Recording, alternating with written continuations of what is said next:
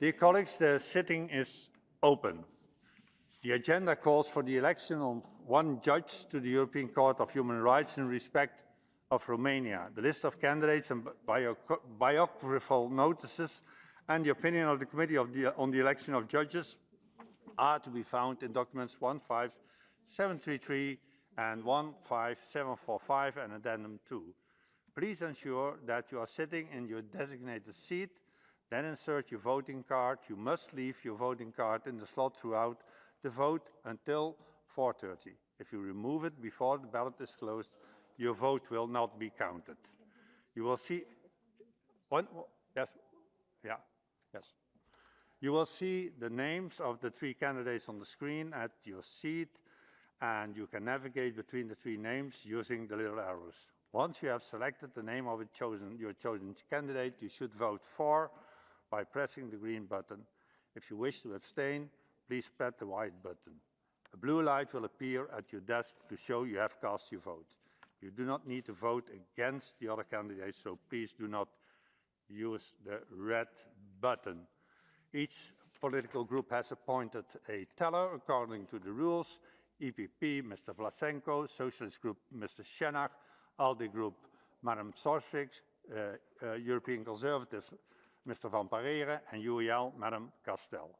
I will announce the results of the election as soon as possible in order to organize a second round at around 5 p.m. if needed. For this first ballot, an absolute majority of the votes is requested. Mr. Littlegranger, you asked for a point of order. You have the floor. Thank you, Mr. President. Mr. President, after yesterday, to which you are now looking at, first of all, we don't blame you, sir, for what happened, and I don't think it was anything to do with you. But I will say two things, if I may. The first, my teller was never informed that he had to go behind the scenes to be part of what happened. You have readdressed that today, and I am grateful, sir. That is the first thing. The second thing is that it wasn't secret. One of my colleagues, who was a great friend, actually came past and said, "Oh, I see how you voted." It is not a secret ballot. You can look on the screen and see it. And I would urge you, sir, because of this and how contentious this has been, because of what has happened, to review this very carefully indeed. And I think you should take these into consideration. I'd ask you to do so. Thank you. Thank you very much. Your point of order says that we should take into consideration these two elements that you mentioned. I can tell the Assembly that already on Friday morning we will evaluate this first time ever electronic vote in this way in this hemicycle. I have taken your point of order. He doesn't need now. There is another point of order, Mr. Poitier. Yes, I would like to draw your attention, and this is about the item, that of course we were all surprised by the new mechanism, all of us. And this mechanism failed, and this is nobody's fault.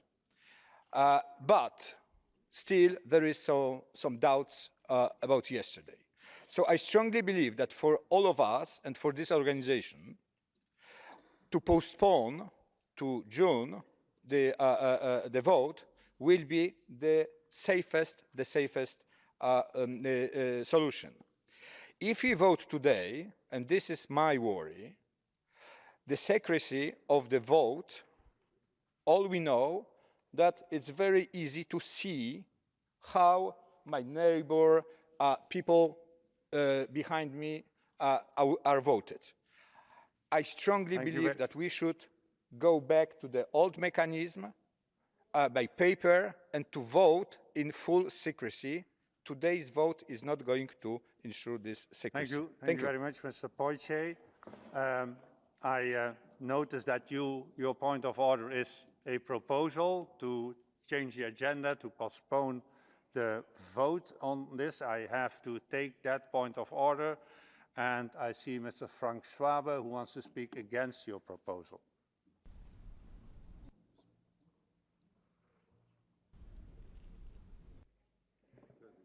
Mr. President, although I usually very often agree with my distinguished colleague from EPP, in this time I don't do. I understand the concerns, and I think all of us had the concerns, and there was a mistake yesterday. there was a mistake in the alphabetical order. I think in a way we solve it, we overcome the situation. About the secrecy, I'm able to do it here. Maybe you can explain how to organize that we can have a secret vote. Later on, we can maybe evaluate it for the future, but I think we should prevent everything to put the court under trouble, and I think it is more problematic to postpone, so I ask to have the voting now. Thank you very much. We have one speaker in favor of the proposal to change the agenda and one speaker against it. I will now put the proposal to the vote. A two-thirds majority is required to change the agenda. Sorry, we are now first voting on this, and then we come back to another point of order. There has been a proposal to change the agenda, and I now put it to the vote. The vote is open.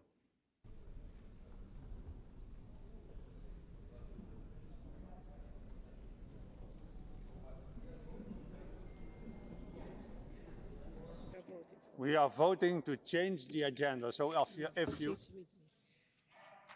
Okay, wait. we will proceed to vote on the motion to change the agenda moved by Mr. Alexander Poitsche. Those who wish to change the agenda vote yes. Those who do not want to change the agenda should vote no. The vote is open.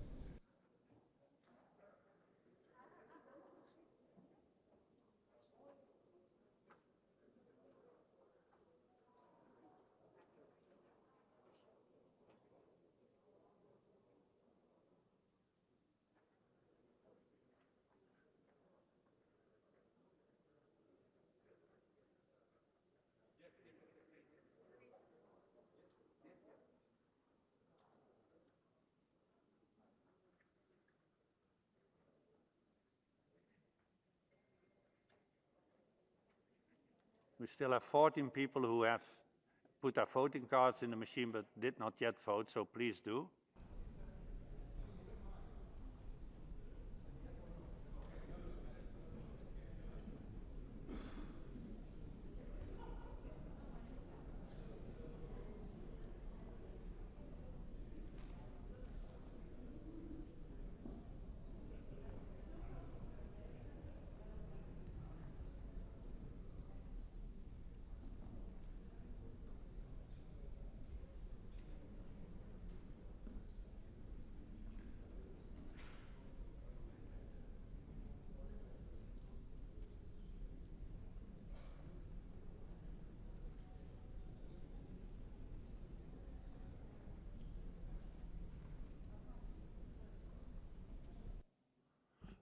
I now close the vote. I call for the results to be displayed.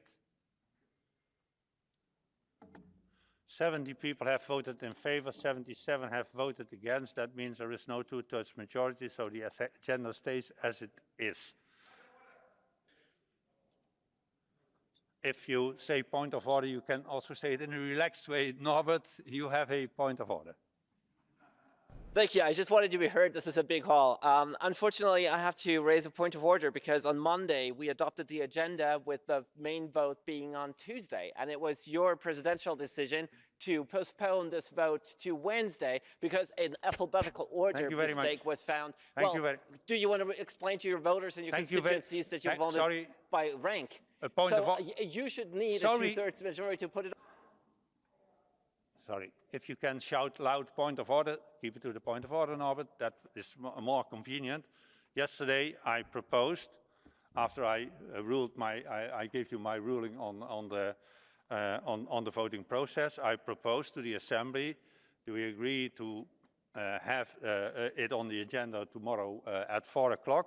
I asked, are there any objections? There were no objections, so the Assembly unanimously decided to change the agenda. That is with regard to that point of order. I now go back to the vote. As said, each point of order, sir. Mr. President, which legal rule enables you to know the results of yesterday's voting about the Romanian judge, and which legal rule prevent the rest of the Assembly Sorry, sir. the aforesaid results? Sorry, sir. A point of order is a point of order with regard to the agenda. The decision yesterday was taken on the basis of the rules, so we do not come back on that. Now we continue to the vote. No, you made your point of order, sorry. No, you made your point of order, sir. No, sorry, you...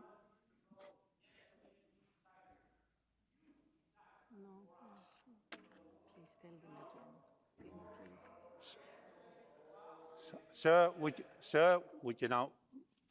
We have taken that decision. I explained it yesterday. It's completely according to the rules. I will explain it again in the bureau. What was on the agenda was a proposal of Mr. Alexander Poitier. We have taken a decision, and the vote will now take place. Once more, we have appointed the tellers. I informed the tellers that immediately after I close the vote, and that will be at 4:30, then the tellers have to go to the back of the hall and to go and count the votes. You have your voting cards ready. The vote is open. Sorry, with regard to make your vote as secret as possible, cast your vote and then put something on it. That's the old-fashioned way. You also can then use, after you have casted your vote, you can use the cursor and then it switches, and you can switch them all to the number 1 or the number 3 so that nobody sees what you have voted. It's up to you.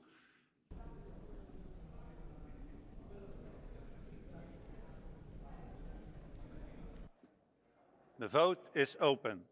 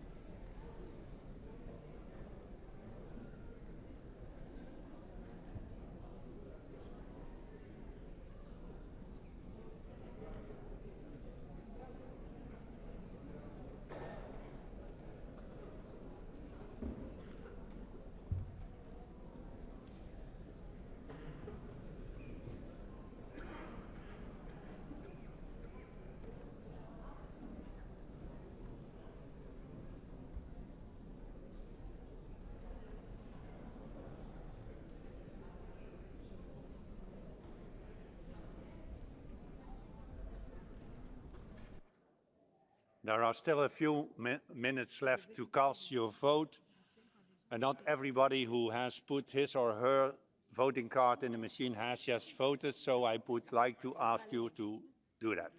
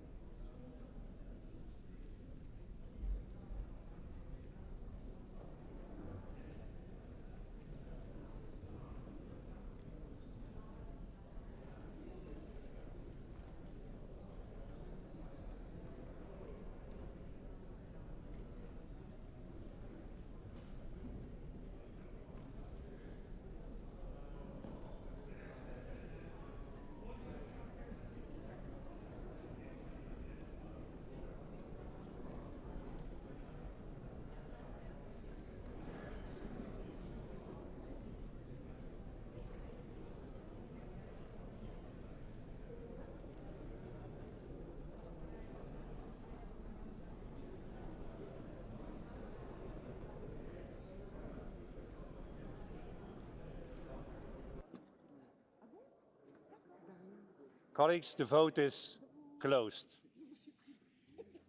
I call for the results to be displayed. No, sorry, I call for the tellers to count the votes and deliver me the process verbal of their deliberations. Now, dear colleagues, I will announce the result of the votes as soon as the process verbal has been signed by our tellers. Dear colleagues, I now am pleased to announce that the winning City of the European Prize 2022 is Bolesławiec in Poland. Congratulations to the mayor and all residents of the city, this city in Poland. Since the creation of the European Prize in 1955, this is the 84th city to be awarded this prize for European citizens. Once again, congratulations. The next item on the agenda is the debate on the report titled Political Strategies to Prevent, Prepare for and Face the Consequences of Natural Disasters, presented by Mr. Simon Moutquin on behalf of the Committee on Social Affairs, Health and Sustainable Development. In order to finish by 6:15 p.m., I will interrupt the list of speakers at about 6:05 p.m. to allow time for the reply and the vote on the draft resolution and draft recommendation. But before giving the floor to our rapporteur, as we all are aware, that over 50,000 people lost their lives in this horrible earthquake. Hundreds of thousands of relatives are mourning now. And so many people had to leave their homes, their cities, and even go elsewhere. Therefore, I would like you to join me in a moment of silence in respect to all the victories of all the victims and also for their relatives and beloved ones. Can I ask you to take a moment of silence?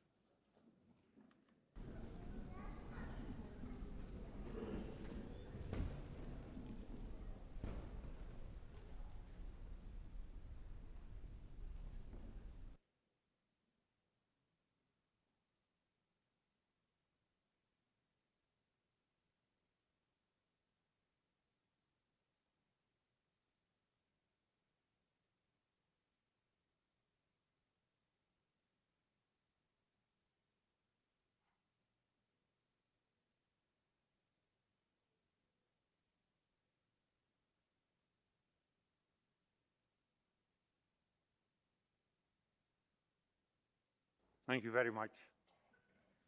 On behalf of the Assembly, I immediately pass my condolences to our counterparts in Turkey, and thank you very much for showing our respect in this moment of silence. I now call on Mr. Moutquin, rapporteur. Simon, you have 7 minutes now and 3 minutes at the end of the debate to reply. You have the floor, sir.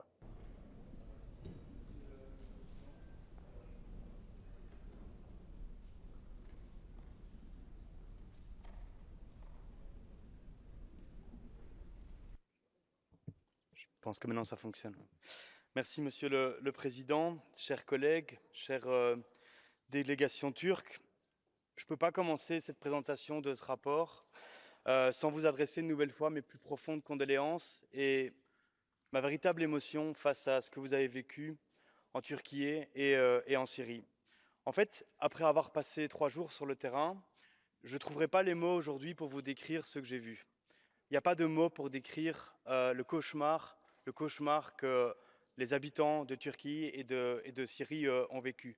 Il y a peut-être une image qui est importante à retenir, une image que je retiens, c'est celle de ces dizaines de personnes qu'on a croisées pendant plusieurs jours, qui erraient, qui marchaient sur des décombres à la recherche de bijoux, à la recherche de photos, à la recherche de souvenirs, à la recherche finalement de leur vie. Le séisme qui a frappé le 6 février a détruit et impacté 11 provinces turques et des zones syriennes voisines, soit la surface équivalente à l'Autriche. Il a tué officiellement 57 000 personnes, mais probablement plus de 100 000 selon les nombreux experts que nous avons rencontrés. Il a touché 17 millions de personnes et rien que 7 millions d'enfants. Il a déplacé des millions de personnes à travers la Turquie, mais il a aussi laissé des millions de personnes dans une extrême précarité. Alors, c'est vrai, certaines questions se posent après ce tremblement de terre.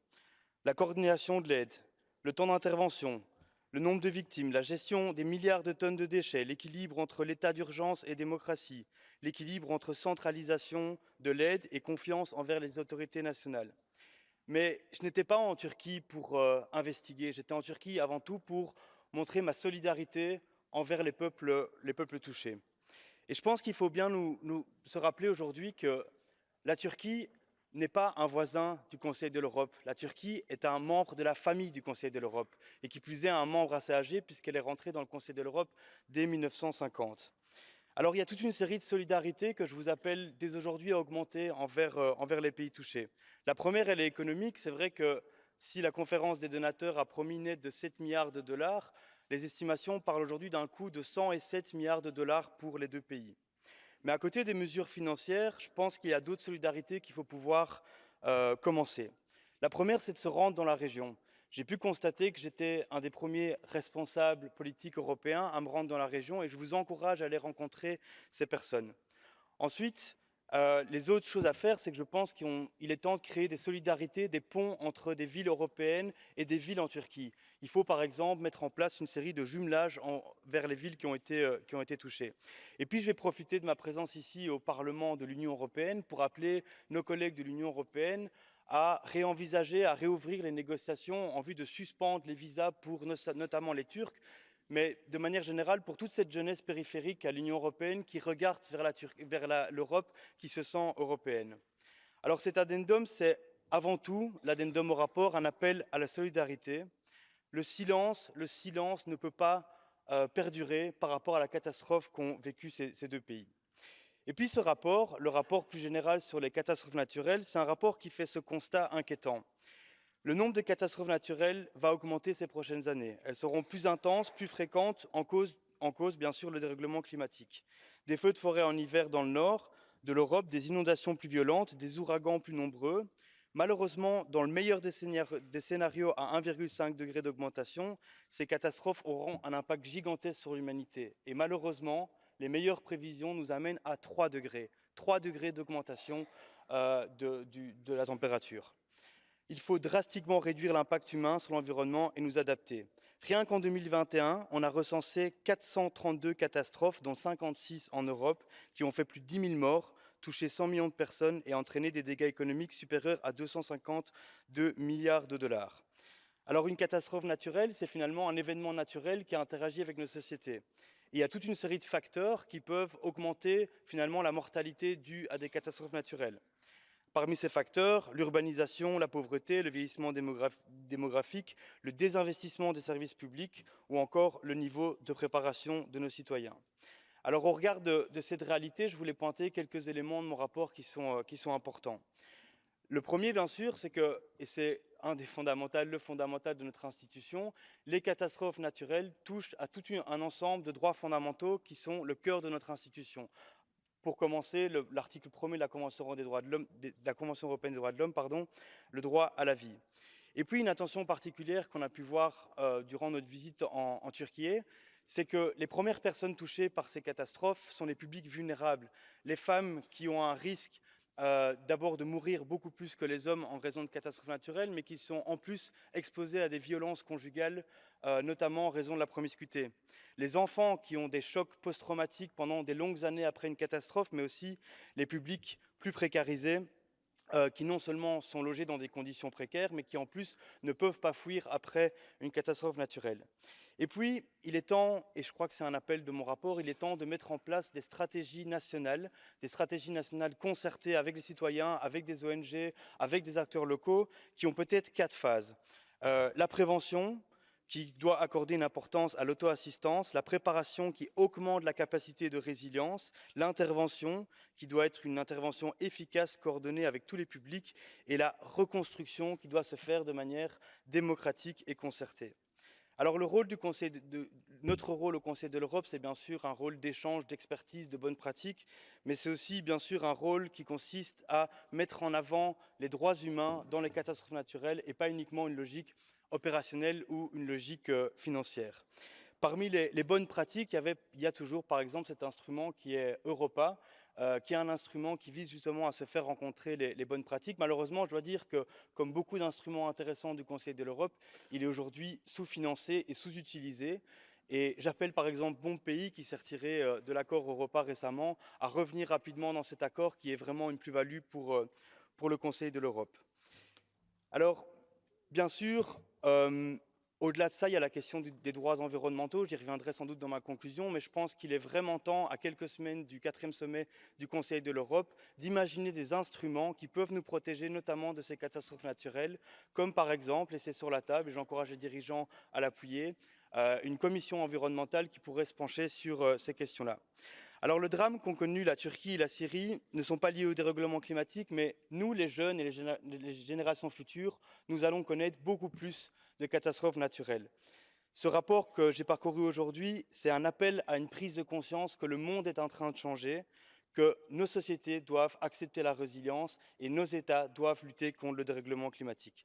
Je tiens pour finir à remercier chaleureusement d'abord mes collègues et vous, collègues, qui avez contribué à ce rapport, la délégation turque qui a permis l'organisation de cette mission sur le terrain, et bien sûr le secrétariat de la Commission sociale, environnement, santé, et M. Parent qui a fait un excellent travail avec moi sur ce rapport. Je vous remercie. Merci à vous, Monsieur le rapporteur. At the end of the debate, you will have 3 minutes to reply. I now open the debate, and first in the debate, I call Mr. Hishar Özsoy from Turkey. He speaks on behalf of the Unified European Left Group. Hishar, you have the floor. Thank you, Mr. Chair, and thank you, Simon, for the report. I agree with most of the debates and recommendations. Sorry, Hishar, your microphone should be more to you. Yes. Here? Okay, I'm not used to this one, I'm sorry. So, thanks, Simon, for the report. I agree with most of the debates and recommendations included in the report. And I invite everybody to support it, of course. I would like to raise just 2 points in addition. One is a general point and the other more specific. Towards the end of the report, it is stated, and I quote, "It's no longer possible to follow a productivist path that seeks to exploit nature. It is time to live in harmony with and to not confront nature." I think this should be the most central component of any strategy to deal with the so-called natural disasters. We need to have a fundamental change in our relationship to the nature. The fact is that what we call natural disasters are often human-made disasters. Behind such disasters, there is almost always a whole political economy based on unlimited exploitation of nature, profit maximization, unlimited accumulation of wealth, and almost unlimited consumption. These are the main factors behind most of our environmental and ecological problems, and we cannot address these ecological problems by simply recycling some paper or plastics or not drinking bottled water. The problem is not one of individual ethics of consumption, but the very structure of our modes of economic production. The planet has limited sources. Population increase and climate crisis are real. But we forget the fact that this planet doesn't belong to people only to exploit and destroy the way we wish. It belongs to all beings, human, animals, fish, birds, insects, mosquitoes, trees, plants, flowers, even bacteria have a right to exist on this planet. My second point is about what happened in Turkey. I think a person from Turkey who closely follows the situation on the ground, what happened in Turkey was mostly preventable. Scientists, geologists, everybody was warning us that a disaster was coming, the earthquake was coming, but unfortunately not much was done to prevent it. We have a totally almost unregulated construction sector, non-enforced or lax construction codes, repeated zoning amnesties which legalize unlawfully built unsafe houses, corrupt contractors, corrupt local governments, and ineffective government who couldn't actually make sure that citizens have access to safe houses. And then we have citizens who want to accumulate wealth and have houses in cheap ways. When you put all of this together, actually, then we realize the fact that what happened in Turkey was not a natural disaster, but a collectively committed mass murder, I would call it. Let's hope that we learn from our mistakes and do our best to prevent future disasters. Just one last thing. I would like to express, of course, my condolences to the families of the victims and invite everybody here and the whole international community to increase their support and solidarity for the victims who are desperately trying to recover and survive. Thank you. Thank you very much, Mr. Özsoy. Next in the debate, I call Madam Francesca Kersten from Germany On behalf of the group of the Socialists, Democrats and Greens, Francesca, you have the floor. Sehr geehrter Herr Präsident, sehr geehrte Damen und Herren! Vielen Dank, Herr Motka, für diesen sehr eindrucksvollen Bericht. Dass Naturkatastrophen aufgrund des Klimawandels zunehmen, ist unumstritten. Wichtig ist, dass wir uns darauf einstellen. Ich als Umweltpolitikerin möchte dafür plädieren, dass wir das Potenzial von Ökosystemen hier viel stärker nutzen. International ist es so, dass der globale Norden für einen Großteil des Klimawandels verantwortlich ist, aber vor allem der globale Süden darunter leidet. Das führt auch zu Migration und NGOs fordern, Klimaflüchtlinge anzuerkennen. Wenn wir jetzt schon rechtlich nicht verantwortlich für diese Menschen sind, dann sollten wir uns aber verantwortlich fühlen, den weiteren Klimawandel und damit weitere Klimakatastrophen zu verhindern. Dafür müssen wir den IPCC-Empfehlungen folgen, auf die sich der Bericht von Herrn Mokwar ja direkt bezieht. Und natürlich dafür sorgen, dass wir bei den SDGs weiter vorankommen. Und wir müssen auch direkt vor unserer eigenen Haustür Hand anlegen. Denn Klimakatastrophen passieren nicht nur im globalen Süden. Der Bericht stellt Deutschland in Bezug auf die Hochwasserkatastrophe im Ahrtal im Juni 2021 ein eher schlechtes Zeugnis aus. Es habe nicht an der Infrastruktur gelegen, sondern an mangelhafter Kommunikation und Zusammenarbeit. Im Bericht werden die Mitgliedstaaten aufgefordert, Maßnahmen zu ergreifen, die die Folgen der Klimakrise und der damit verbundenen Naturkatastrophen mindern. Deutschland entwickelt aktuell seine bestehende Anpassungsstrategie zu einer vorsorgenden Klimaanpassungsstrategie weiter. Was ich aber betonen möchte, ist das Potenzial, das wir durch den natürlichen Klimaschutz haben. Ich begleite im Deutschen Bundestag das Aktionsprogramm Natürlicher Klimaschutz, das wir bis 2026 aktuell mit 4 Milliarden € finanzieren. Wir wollen dabei Flüsse, Auen, Küsten, Wälder und ganz besonders Moore renaturieren. Dadurch haben wir 3 positive Effekte. Erstens steigt in diesen wiederhergestellten Ökosystemen die Biodiversität. Das ist ein Zeichen für den Artenschutz. Zweitens begegnen wir dem Klimawandel. Die trockengelegten Moore in Deutschland emittieren aktuell 7% unserer Gesamtemissionen. Wenn wir diese Flächen wieder vernässen, verhindern wir weitere Erderwärmung und begrenzen damit auch das Risiko von Naturkatastrophen. Und drittens halten all diese Ökosysteme Wasser bei Starkregenereignissen zurück und geben das Wasser dann langsam und kontrolliert an die Umgebung wieder ab. Damit wird eine Katastrophe wie im Ahrtal unwahrscheinlicher. Ich plädiere also dafür, bei der Anpassung an den Klimawandel und bei der Vorbeugung von Naturkatastrophen immer auch an das Potenzial unserer Ökosysteme zu denken. Vielen Dank. Dankeschön, Francesca. Next in the debate, I call Mr. Yuri Kamalchuk from Ukraine, and he speaks on behalf of the European People's Party. Yuri, you have the floor. Thank you, President. Thank you, Rapporteur. Today, I would like to address the critical issue of natural disasters and the political strategies that can be implemented to prevent, prepare for, and face the consequences. Natural disasters such as hurricanes, earthquakes, floods, and wildfires have devastating impacts on our communities, environment, and economies.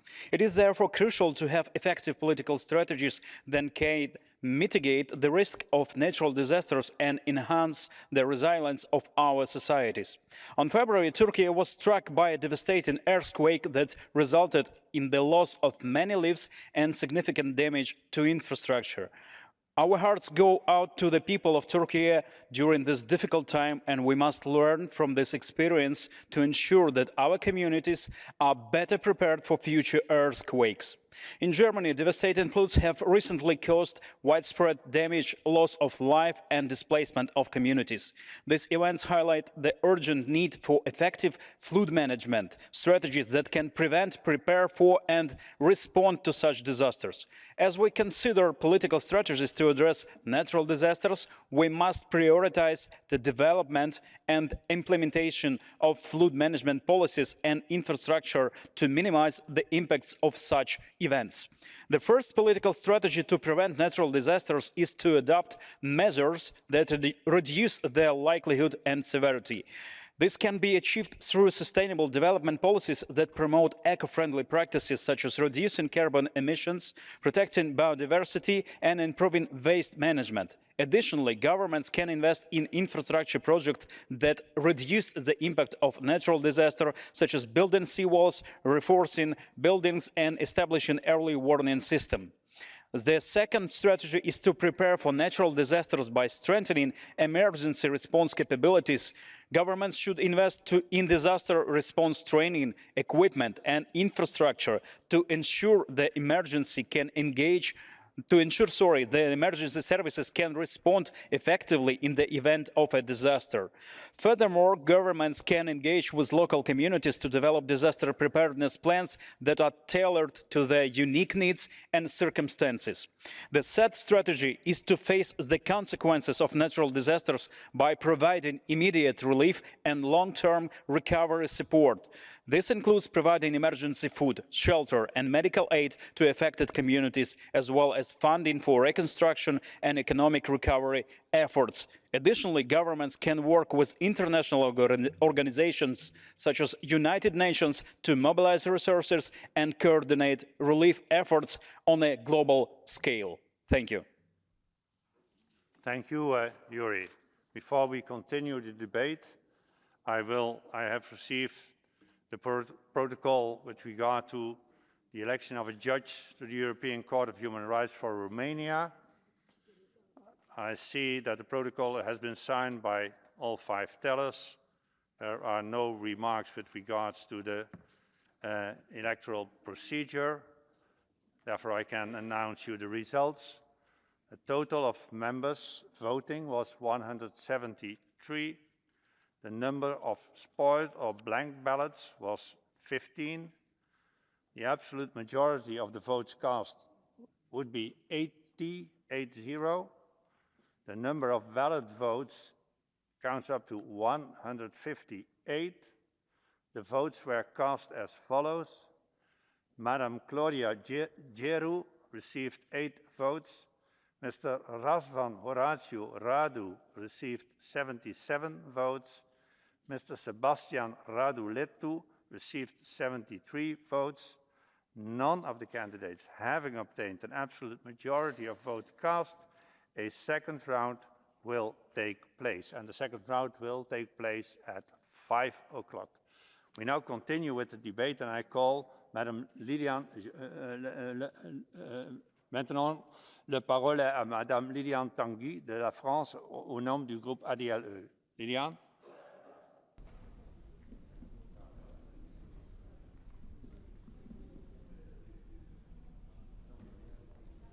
Oui. Merci, Monsieur le Président. Chers collègues, le dernier rapport du GIEC a donné l'alerte. Selon les estimations de l'ONU, 9 catastrophes naturelles sur 10 sont liées aujourd'hui au réchauffement climatique et leur nombre continuera d'augmenter dans les années à venir. En 2022, les inondations au Pakistan ont fait au moins 1700 morts, détruit 250 000 habitations et jeté sur les routes 50 millions de réfugiés climatiques. En février dernier, les tremblements de terre en Turquie et en Syrie ont coûté plus de 56 000 vies et déplacé 1,7 million de personnes. Le changement climatique accentue également les risques liés à l'érosion côtière et expose l'ensemble des territoires littoraux, comme c'est le cas en France et notamment dans ma circonscription du Finistère et en Outre-mer. C'est pourquoi le gouvernement français a lancé en mars dernier un comité national du trait de côte pour repenser l'aménagement du littoral afin d'assurer la sécurité des populations. Il est en effet de notre devoir de protéger les plus vulnérables en les soutenant dans leur lutte contre la corruption, laquelle accentue leur exposition aux catastrophes naturelles. Ainsi, toute stratégie politique visant à prévenir, préparer ou faire face aux conséquences des catastrophes naturelles devrait aussi avoir une approche spécifique envers les femmes et les enfants particulièrement exposés à ces risques potentiels.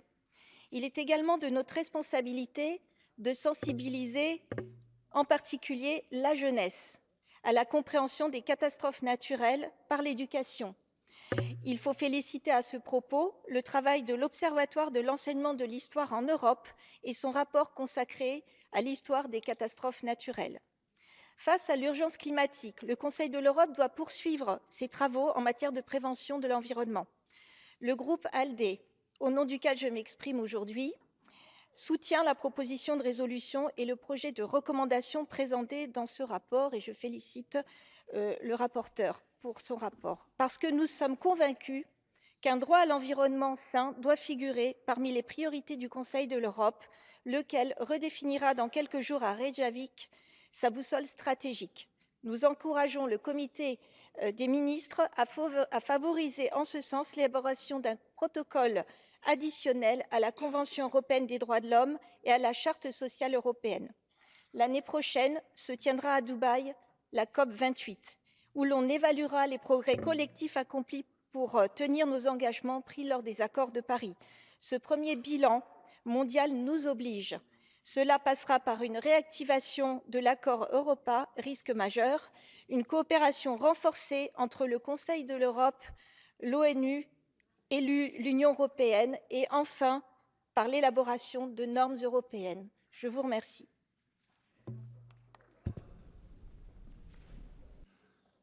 Merci, Liliana. Next in the debate on the speakers list is Madam Seven Fatalieva from Azerbaijan on behalf of the European Conservatives. Seven, you have the floor.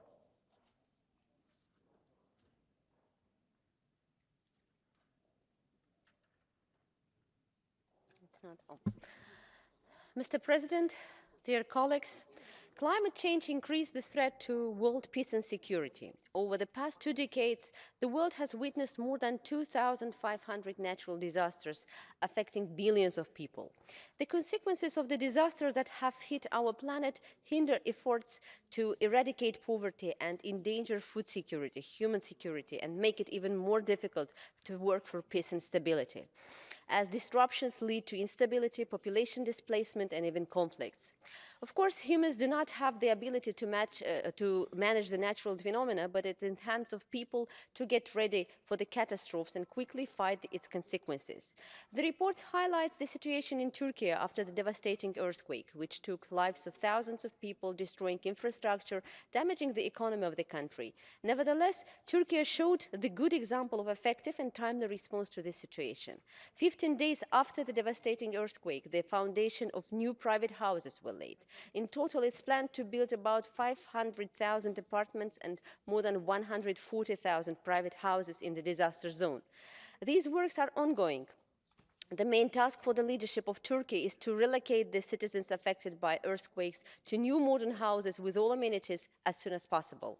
The infrastructure of all cities and villages in the disaster zone is being updated. To do this, several government programs have been adopted. Ladies and gentlemen, the earthquake in Turkey also showed how the international solidarity, international support is important and is possible. And speaking about the readiness of states to respond to a natural disaster, it's reflected in several aspects touched in the report, such as states can develop detailed emergency response plans that define the rules and responsibilities of government agencies during a natural disasters. These plans should include procedures for evacuation, search and rescue efforts, and distribution of emergency supplies, implementing warning systems that use a variety of communication methods, investing in infrastructure that can withstand natural disasters, such as reinforcing buildings, bridges, roads to better withstand earthquakes and floods, encouraging private sector organizations to prepare for natural disasters, including development contingency plans, purchasing backup generators, and securing critical infrastructure. Sharing information is also important, and resources with neighboring regions to improve planning and response efforts, and also providing financial assistance to individuals and businesses affected by natural disasters, such as low interest loans and grants to help with recovery efforts. And finally, I would like to thank the rapporteur, Monsieur Mutkan, for reminding us by his report, by his work, that it's time to realize that disaster prevention and management must become a priority in political strategies of all the member states. Thank you. Thank you, Seven. Now I call in the debate Madam Petra Bayer from Austria. You have the floor, Petra. Thank you very much, Tini. Ich wollte eigentlich auf Deutsch sprechen. Lassen Sie mich zwei unterschiedliche Ebenen zu diesem Thema ansprechen. Einerseits eine sehr generelle, aber sehr besorgniserregende, nämlich die Tatsache, dass sich unsere Welt wirklich im Ausnahmezustand befindet, dass sich unsere Welt kurz vor einem wirklichen Kollaps befindet. Und das ist wirklich, wirklich sehr, sehr ernst zu nehmen. Darum auch danke, Simon, für den Bericht. Das ist, glaube ich, sehr, sehr wichtig zu diesem Zeitpunkt. Es gibt nach wie vor etliche Konzerne auf der ganzen Welt, die diese Erde ausbeuten, ausnutzen, verschmutzen, ohne irgendwelche Konsequenzen befürchten zu müssen. Und darum ist es wirklich Zeit, dass diejenigen, die die Erde zerstören, die das Klima erhitzen, die das Wasser untrinkbar machen, die die Luft nicht mehr atembar machen, zur Verantwortung zu ziehen. Und darum abermals ein Plädoyer dafür, dass Ökozide, das Verbrechen gegen die Umwelt, das 5. Verbrechen beim Internationalen Strafgerichtshof werden. Und eine zweite Ebene, die ich genauso wichtig in diesem Zusammenhang finde, ist, dass es wirklich unakzeptabel ist, dass mit den Konsequenzen von Naturkatastrophen Politik gemacht wird. Dass auf dem Rücken der Menschen, die auf den Trümmern ihrer Existenz stehen, die Tote zu beklagen haben, die nicht mehr wissen, wie sie weiterleben sollen, dass man auf deren Rücken Politik macht. Es kann nicht sein, dass in Erdbebengebieten unterschiedlich schnell oder langsam Hilfe ankommt, je nachdem, welche Menschen, welcher Religion, welcher ethnischen Zugehörigkeit wir wohnen. Das darf einfach nicht sein. Es kann auch nicht sein, dass aufgrund von wahltaktischen Überlegungen Grenzen zugemacht werden und damit verhindert wird, dass ein noch viel schlimmer betroffenes und noch viel weniger entwickeltes Land jede internationale Hilfe versagt wird, weil einfach die Hilfsorganisationen, die humanitäre Hilfe nicht über die Grenze kann und diesen Leuten, die sie so dringend brauchen würden, zur Seite stehen könnte. Es kann nicht sein, dass Hilfsprodukte, Hilfsgüter, sei es Decken, Zelte, Gewand, was auch immer, umetikettiert werden und dann letztendlich mit dem Logo der regierenden Partei versehen werden. Das sind Dinge, die einfach nicht passieren dürfen. Gelder, die eigentlich für eine resiliente Bauweise verwendet hätten werden sollen, es ist schon erwähnt worden, sind anderswohin abgezweigt worden, mit der Konsequenz, dass wir wahrscheinlich viel weniger Tote gehabt hätten, wenn diese Gelder wirklich dafür verwendet worden wären, wofür sie bestimmt waren, nämlich erdbebensicher, katastrophensicher, krisensicher, resilient zu bauen. Und es ist gut, dass es da jetzt Prozesse gibt, dass es da jetzt Anklagen gibt. Es ist gut, dass da jene zur Verantwortung gezogen werden, die dafür schuld sind. Es kann auch nicht sein, und da meine ich jetzt vor allem den IS, der nach wie vor weiterhin Gebiete bombardiert, wo die meisten Menschen irre noch leiden an den Folgen dieser Katastrophe. Und ich glaube, das gebührt sich für den IS genauso wie für jeden Mitgliedstaat, dass mit solchen Katastrophen keine Politik gemacht werden darf. Danke sehr. Dankeschön, Petra. Now, before we continue our debate, we will now proceed to the second round of the vote of the election of a judge to the European Court of Human Rights. As no candidate achieved the required absolute majority, we will now have this second round. I inform you that the tellers will be the same as for the first ballot, so be prepared, tellers. The ballot will close. After I open it, it will close at 5:20. I expect to announce the results of the elections here in the Assembly as soon as possible as the ballot closes. I would like to ask you, for all reasons that we know, stay in your places during the voting procedure and take the measures that your vote is indeed a secret vote. I now declare the ballot open. And we will continue our debate. And as said, at 5:20, I will close the vote. I now call Mr. Nikos Tornaritis from Cyprus. You have the floor, Nikos. Dear colleagues, humanity recently witnessed one of the most disastrous earthquakes in the Middle East. thousands of lives were lost, while recovery in Turkey and Syria has been hard and painful. From the very first moment, Cyprus expressed its full support and solidarity with the peoples of Turkey and Syria and offered valuable assistance and humanitarian aid contribution to the efforts for recovery from this tragedy. This scale of destruction should never be repeated. Governments should establish effective pre-disaster planning strategies. To this effect, governments should establish effective early warning systems. Governments should invest in critical infrastructure to reduce the impact of natural disasters. Governments should educate the public about natural disasters, how to prepare for them, and what to do in case of an emergency. Governments should revise urban and coastal planning so as to avoid excessive construction in high-risk areas and undertake works to bolster the strength and capacity of existing buildings. The nuclear power plant in Akkuyu, Turkey, is a major source of concern, as it is stationed in a high seismic zone. Additional safety measures need to be taken as a matter of urgency because the potential human and ecological disaster for Turkey and the whole region could be unprecedented.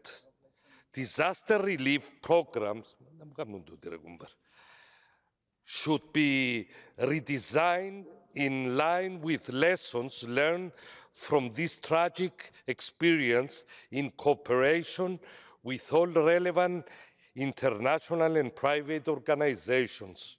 Dear colleagues, only by creating a culture of prevention and resilience against environmental degradation and natural disasters can societies withstand the damage and suffering caused. Thank you very much. Thank you, Nikos.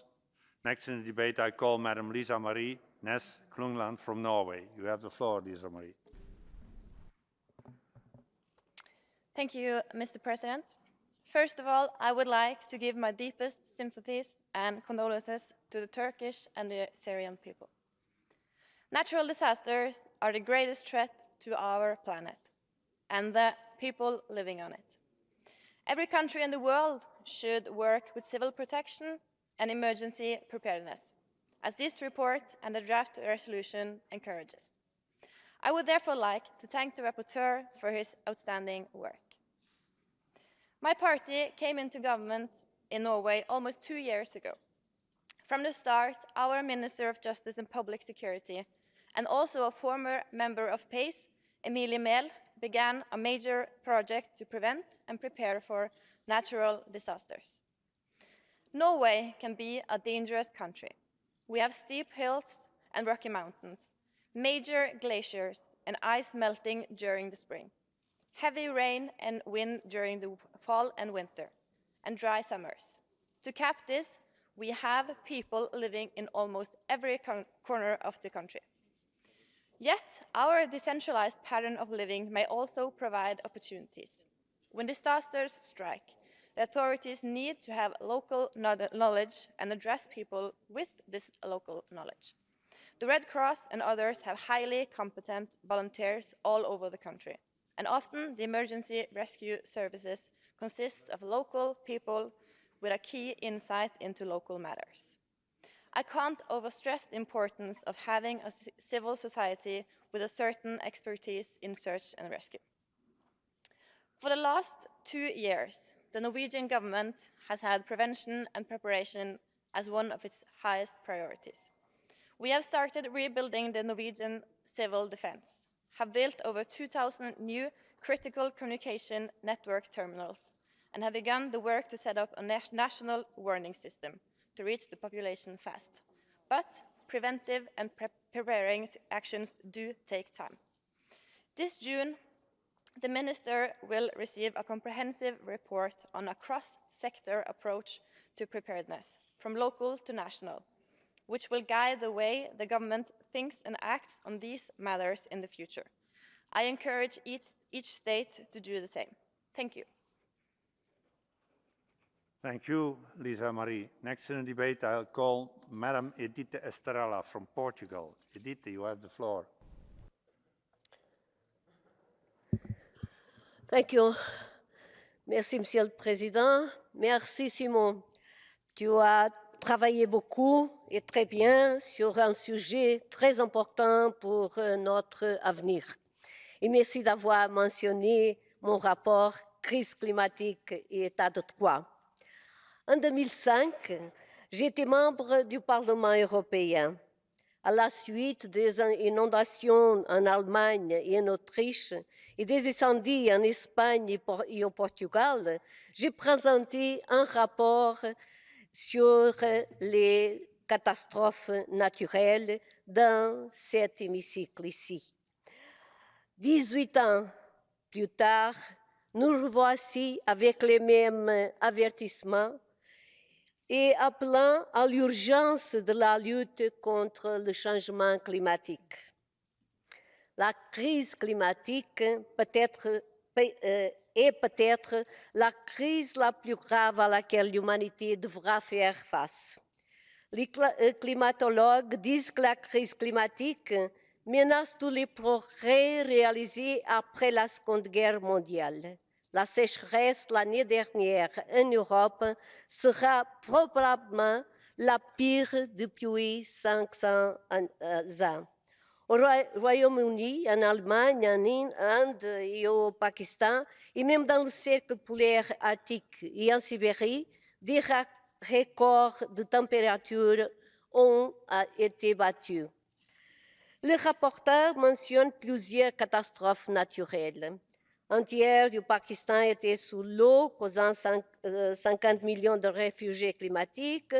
En Nouvelle-Zélande, un cyclone et des inondations ont dévasté Auckland et la région environnante.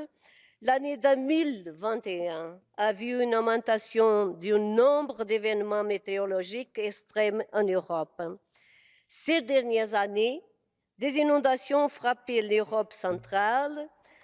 Des tremblements de terre ont frappé l'Italie, la Grèce et la Turquie, comme le rapporteur a bien parlé de ça, et un volcan est entré en éruption sur l'île de la Palme en Espagne, tandis que des vagues de chaleur, des incendies de forêt, des sécheresses ont balayé l'Europe.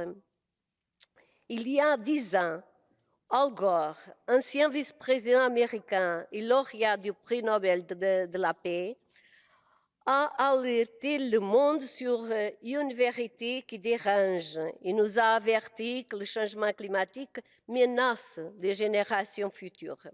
La vérité la plus gênante est que nous faisons trop peu et trop lentement pour éviter le réchauffement de la planète. Et si nous continuons dans cette voie, nous pourrions ne détruire pas la planète, mais on va détruire la vie sur la Terre. Le secrétaire général des Nations Unies et ancien Premier ministre portugais, António Guterres, a déclaré que l'humanité est confrontée à un choix existentiel, l'action collective ou le suicide collectif. 2021 et 2022 sont un échantillon du cauchemar que nous attend. Ce que nous attend, c'est que le niveau de la mer monte si haut que les villes côtières sont submergées, provoquant des centaines de millions de migrants climatiques. Ce que nous attend, c'est l'augmentation des conflits armés dus au changement climatique.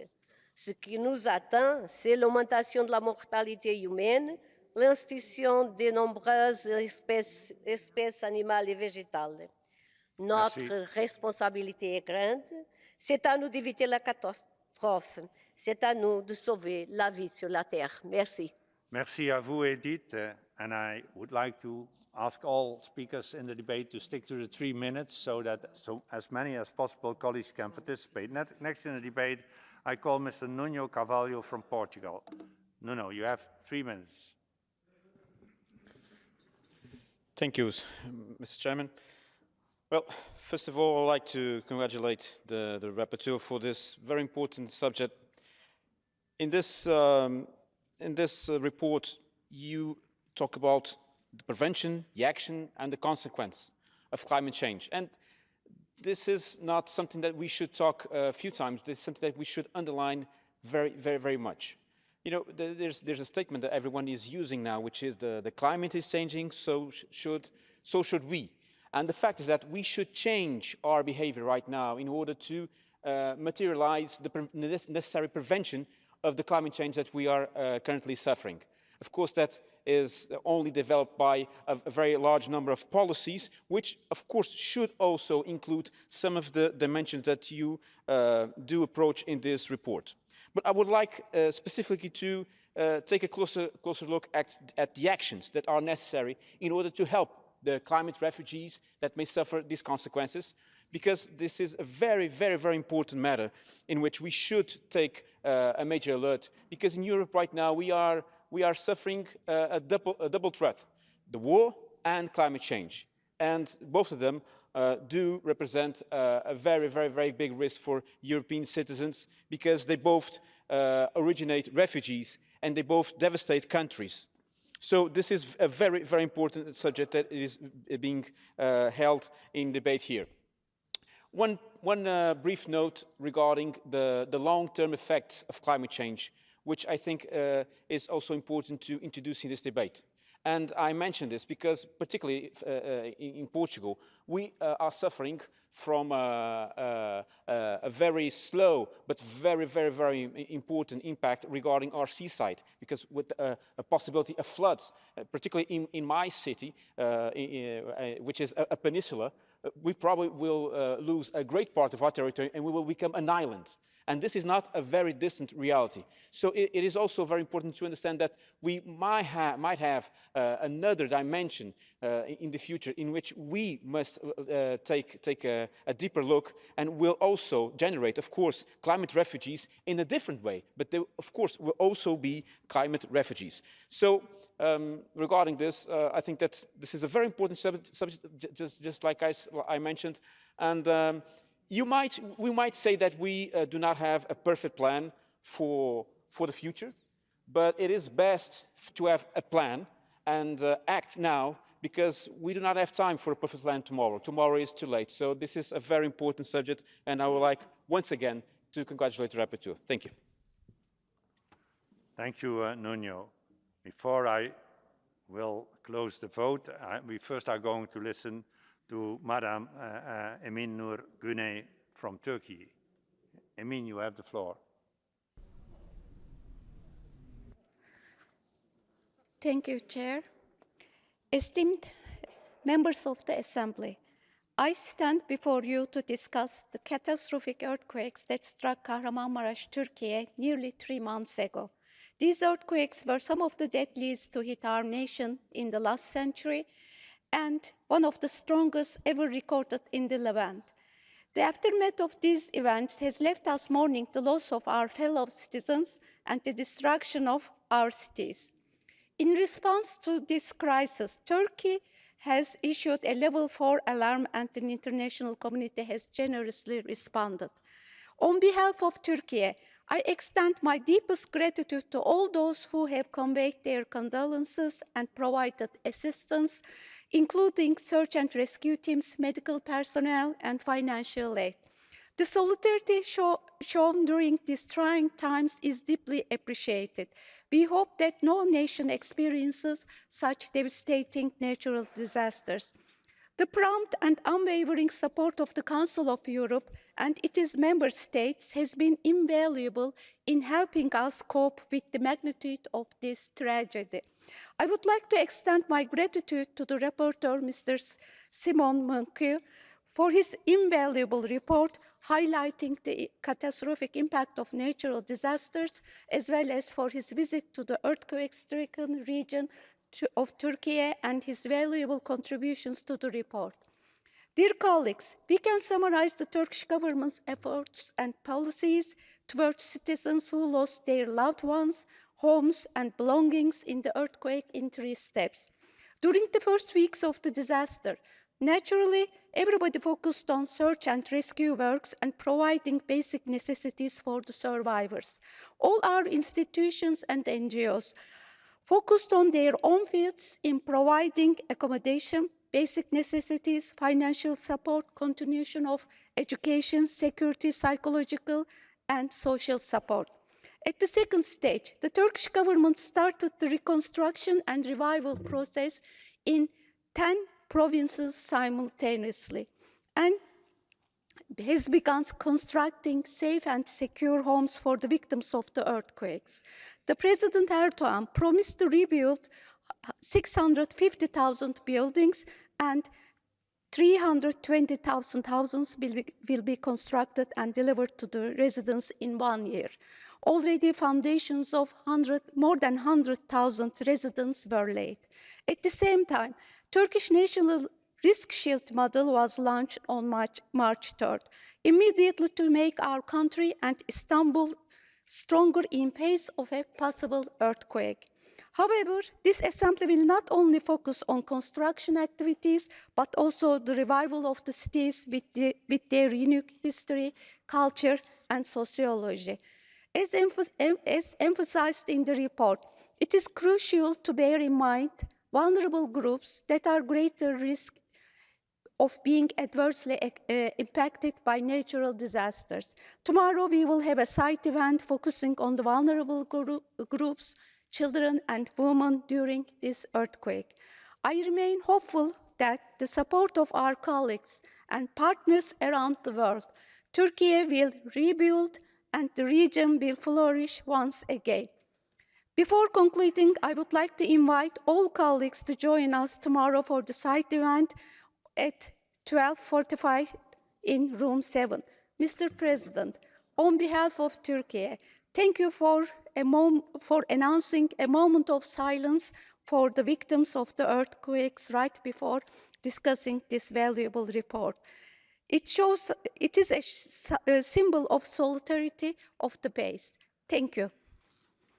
Thank you, Emin. Before continuing the debate, I now inform you that the ballot for the election of a judge for the European Court of Human Rights in respect of Romania is now closed. I invite the tellers to go and verify the result. I will announce the result of the elections shortly. We will now continue with our debate, and I call Madam Kate Osamor from the United Kingdom. You have the floor, Madam. Thank you, Mr. President, for calling me to speak in this debate. I would like to congratulate the rapporteur, Simon Montquin, on this very timely report. I represent an area in North London with thriving communities with roots in Turkey and Syria. And so I know the anguish caused by the terrible earthquake earlier this year. Sadly, we know that the regularity and intensity of natural disasters are only set to increase. Therefore, I want to echo a point in paragraph 6 of the resolution, which calls for member states to outline measures to respond to extreme climate events. Even in London, generally not at high risk of natural disasters, is becoming increasingly susceptible to flash floodings. In the UK last Sunday, we had our first trial of an emergency alert system for mobile phones. Yet, meanwhile, the provision for responding to and preventing disasters is not there.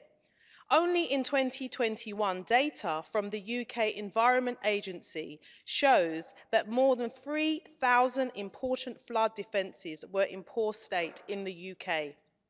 The climate is burning, it is drowning, it is flooding, and political leaders are taking and talking and moving the goalpost, but taking no action. So I call on all member states, especially I call on the UK, to learn from international bodies and other countries with more experience of dealing with natural disasters. It's Europe's duty to support those in need elsewhere in the world. So I welcome the report's mention of climate refugees, of whom there could be 200 million by 2050.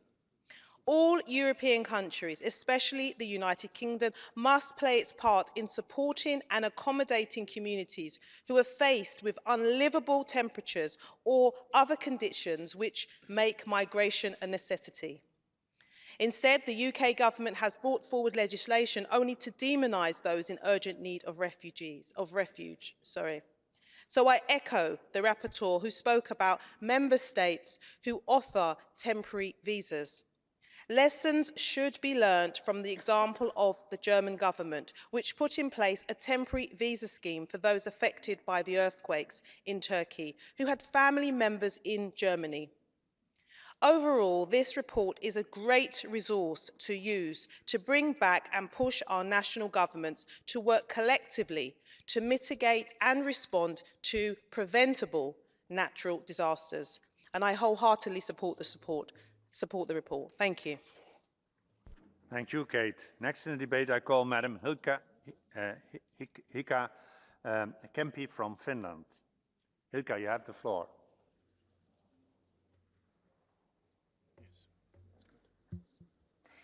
Mr. President, dear colleagues, I want to express my solidarity with Turkey and its people who are currently struggling to secure people's basic needs after a massive earthquake. More than 57,000 victims and thousands injured. It's a tragedy. Last year, France and Spain suffered from devastating forest fires and deprived thousands of people of their homes. At Germany, severe floods destroyed entire villages. The list is long. I thank the rapporteur for this timely and important report. I strongly support its conclusions. We cannot delete natural disasters from this planet, but careful planning and impact assessment can ease these effects of them and hinder unnecessary suffering. This report is a good reminder that an earthquake or climate change-induced hurricanes and forest fires can deprive hundreds of thousands of people from access to basic rights. Natural disasters have a direct connection to corruption, trafficking, and organized crime. Dear colleagues, yet investments in instruments that focus on natural landscape and major hazards are lacking.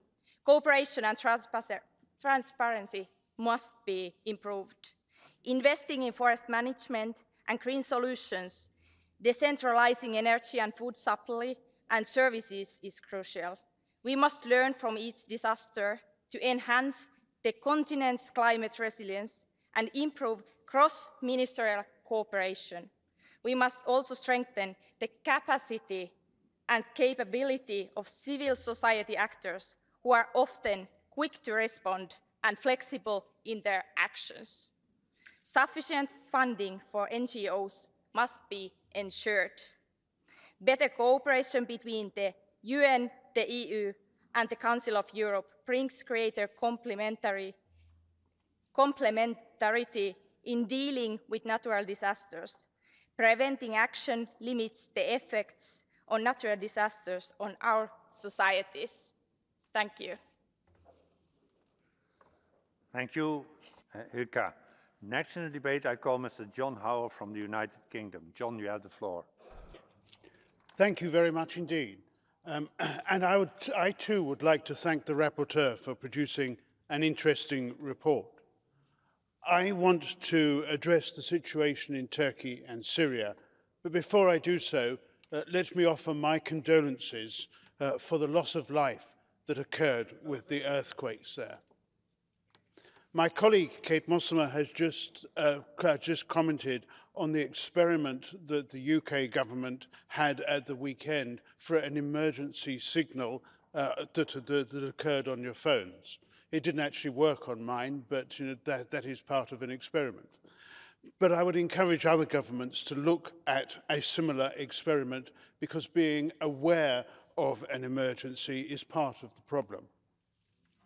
I've recently returned from a pre-election observation mission to Turkey. And we found there the impact of the destruction caused across Turkey and in Syria was absolutely enormous. But more important than that, more important than the physical destruction, has been the impact that it has had on human rights and the rule of law.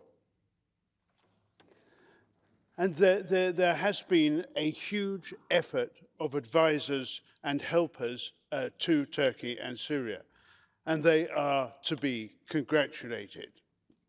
But the real problem is, what effect will this have on something like the Turkish elections, which are due in about a month's time? And we asked that question on numerous occasions to find out what the position was for all those people who are now displaced and were no longer qualifying for registration. And I think that there is still a big answer to be found for that. And that is what I mean by the impact of the earthquake on human rights and the rule of law. Of course, the request for help has to come from the country. And we have heard that Turkey has yet to have the full impact of that help brought before it. And that is no doubt a big task, as we saw ourselves. But it is perfectly proper for this organisation to take an active role in this, particularly as the impact on human rights and the rule of law is so severe. And it is one thing to make buildings earthquake-proof, but it is another to provide all of that assistance with other organisations to make sure that Turkey can deal with this problem, should it occur again, and can deal with it really well. Thank you, John. Now I call in the debate Madam Margreet de Boer from the Netherlands. Margreet, you have the word. Thank you. The recent earthquakes in Turkey and Syria shocked the world. It is heartbreaking to see the human suffering that can be caused by natural events. And also I speak out that my thoughts are with the victims and relatives. I thank the rapporteur for conducting this important report at this particularly relevant time. As the rapporteur points out, the topic of natural hazards and disasters risks becoming even more relevant in the years to come. Climate change makes weather events more extreme and thus causes or worsens environmental hazards such as fires, droughts and flooding. When these natural hazards turn into natural disasters, they threaten a broad spectrum of human rights, from the right to housing, water and health, to the right to life. And this threat is not equal to all. The areas in the world that are affected first and most heavily are often the ones that have contributed the least to climate change, some of which are facing the loss of their entire physical existence. The European region has an essential role in fulfilling our common but differentiated responsibilities to counter climate change. This also comes with the responsibility to give shelter to those who are and will be displaced due to climate change. We need to prepare for and create a legal framework for climate refugees. Another inequality in climate change and related natural disasters can be found within affected regions. The most vulnerable groups in society are at most risk to be hit, harmed, and killed by natural disasters. This Discrepancy is unacceptable in a human rights-based system on equality, and this problem needs to be addressed in both the prevention and the aftermath of natural disasters. Climate change and its risks require action right now. To ensure that this problem is taken seriously and to clearly establish that action on climate change is part of our human rights obligations, we need to formally recognize the human rights to a safe, clean, healthy and sustainable environment as soon as possible. And I just fully support the call on the Committee of Ministers to do so. Our member states do not have the luxury to wait around. Climate change is happening now, natural disasters are worsening by the minute, and people are dying. The time for action is now. Dank u wel, Margreet.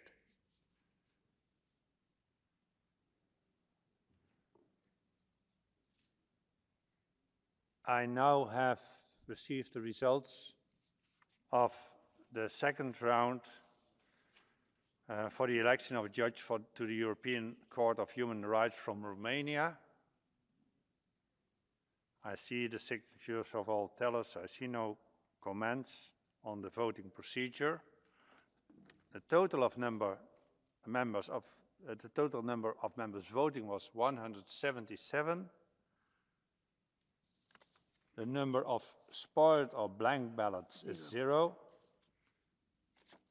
We need a relative majority. The number of valid votes is 165. We have Madam Claudia Geru received 3 votes. Mr. Razvan Horacio Radu received 78 votes. Mr. Sebastian Raduletu received 84 votes. That means that Mr. Sebastian Raduletu, having obtained a majority of the vote cast, is elected judge of the European Court of Human Rights for a term of office of 9 years, which shall commence not later than 3 months after his election. I congratulate Mr. Sebastian Raduletu. And we continue with our debate.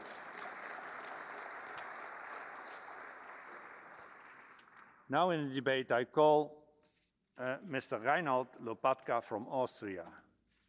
Reinhard, the floor is yours.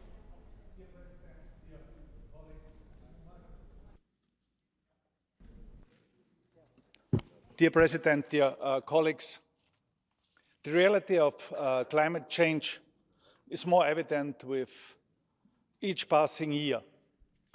The recent extreme heat waves and tragic floods point to the urgency to act before it is too late. The overwhelming scientific evidence of global warming suggests that we are fast approaching the tipping point of no return and underline the urgency to act swiftly and resolutely to keep the global warming below 1.5 degrees Celsius. The Russian war in Ukraine further amplifies the need to decrease our dependency on fossil fuels. The European Green Deal should play a key role in improving EU's energy and food security while delivering on the ambition of climate neutrality. The past 7 years were the hottest 7 years in the history of mankind. Europe should continue its climate diplomacy to pursue the implementation of the Paris Agreement and the Sustainable Development Goals on all international forums. Europe should have the strategy to show how economic growth can be achieved with a successful climate policy at the same time. China's pledge to become carbon neutral by 2060 and US recommitment to the Paris Agreement and a new goal to cut their greenhouse gases in half by 2030 are encouraging signs. Improving collaboration in mobilization of private and public finance to drive decarbonization, mitigation and adaptation to climate change should be the primary focus of our policy. The EU should harness its regulatory power and engage with emerging economies, as the greatest progress can be made in decarbonizing their energy and transport sectors. Particular attention needs to be paid to the impact of climate change on the developing world, especially in Africa. We must prioritize green investments in the development policy and support education, skills and training for future-proof jobs, while managing the population growth. Preventing natural disasters must be the priority of our political strategy. Otherwise, we will lose millions of euros and hundreds of thousands of people will lose their life. It is time to act. Thank you, Reinhold. Prochain orateur sur mon liste est M. Jean-Pierre Grain de la Suisse. Monsieur le Président, chers collègues, notre planète subit les effets négatifs de la crise climatique, comme nous le rappelle l'excellent rapport de notre collègue Simon Moutquin. Pour s'être rendu en Turquie après le terrible tremblement de terre, Simon, lors de notre séance de commission, nous a transmis sa très grande émotion envers les victimes de cette catastrophe sans précédent. Les risques naturels ont toujours existé, mais ce qui s'est passé en Turquie et en Syrie dépasse dans son ampleur toutes les dernières catastrophes sismiques. Les conséquences de ce tremblement de terre se feront sentir durant de nombreuses années, et en particulier sur les flux migratoires. Actuellement, nous devons faire de plus en plus face à de nouveaux risques d'inondation suite à des violents orages et, en parallèle, suite au réchauffement climatique, à des températures très élevées avec de longues périodes de sécheresse.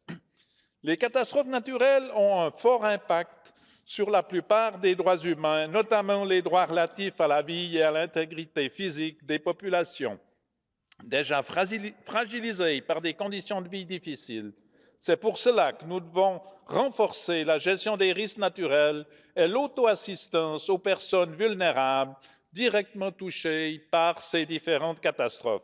Je suis agriculteur de profession et je constate année après année de longues périodes de sécheresse avec des températures très élevées, bloquant le développement des différentes cultures ainsi que leur rendement. Nourrir la population est l'objectif de tout agriculteur et producteur de biens alimentaires. Et quand l'on sait que dans notre monde, plus de 700 millions de personnes ne mangent pas à leur faim, il est aussi urgent de favoriser ces productions en préservant les surfaces cultivables pour éviter des famines qui sont déjà présentes à divers endroits de notre globe et qui pourraient rapidement s'intensifier ces prochaines décennies. Des futurs problèmes alimentaires sont programmés si rien n'est fait. La nécessité de la prévention, de l'anticipation et de la prise en compte des besoins en nourriture future doivent aussi être contrôlés. Car, comme il est très bien relevé dans le rapport, l'urbanisation à outrance implique une vulnérabilité accrue des villes et de ses habitants, et parallèlement, les zones rurales dépeuplées posent des problèmes de désertification des sols, mais aussi leur appauvrissement par une agriculture avec de trop grandes exploitations qui cultivent de manière intensive le sol et en monoculture. La catastrophe écologique dans les environs de la mer d'Aral, avec la production intensive de coton, est un exemple à ne pas renouveler. Et maintenant, en maintenant des petites exploitations, la production agricole est diversifiée et beaucoup plus durable. Pour prévenir une catastrophe alimentaire, chaque pays ne devrait-il pas garder un taux d'auto-approvisionnement maximal pour le bien de sa population, mais aussi pour éviter que les pays riches, qui, par des importations massives de nourriture, privent les populations déjà affamées de certains pays qui n'ont pas les moyens d'acheter leur nourriture, ne serait-ce que pour leur minimum vital. Pour conclure, le rapport de notre collègue Simon propose très justement l'adoption d'un protocole juridiquement contraignant à la Convention européenne des droits de l'homme et à la Charte sociale européenne qui est en train d'être révisée. Merci de votre attention. Merci à vous, Jean-Pierre. Next in the debate, I call Mr. Armagan Kandan from Cyprus, representative of the Turkish Cypriot community in accordance with Resolution 1376 from 2004. Armghan, you have the floor. Distinguished Chair, distinguished colleagues, before I start, I would like to convey my deepest condolences to all those who have lost their loved ones in the devastating earthquakes that took place in Turkey in 6 February. As is well known, the earthquakes had severely affected millions of people in Turkey and Syria, and more than 57,000 people had unfortunately lost their lives. Among those, there were 50 Turkish Cypriots, half of which were school children of a volleyball team from the city of Famagusta, who lost their lives at Isias Hotel in Adıyaman. I am making this speech for their memory and families. I have no words to describe the pain we feel in our hearts. Lawsuits have already been filed against all those responsible for the buildings who turned into dust and caused the death of our people in this earthquake. We will continue to follow these court cases until those responsible are all sentenced. Human life is so precious. Therefore, in the future, no one should die because of the buildings with no safety standards. Lessons should be learned from this tragedy, and the new settlements should be constructed properly so that they would not collapse to take thousands of lives. Distinguished colleagues, we as the Northern Cyprus have sent rescue teams to the affected areas and provided assistance right after the earthquake. Today, we are hosting thousands of Turkish people who had left their hometowns due to the earthquakes. During those hard times, we all have witnessed the solidarity and cooperation of the international community. More than 100 countries have provided all possible assistance to cope with this tragedy.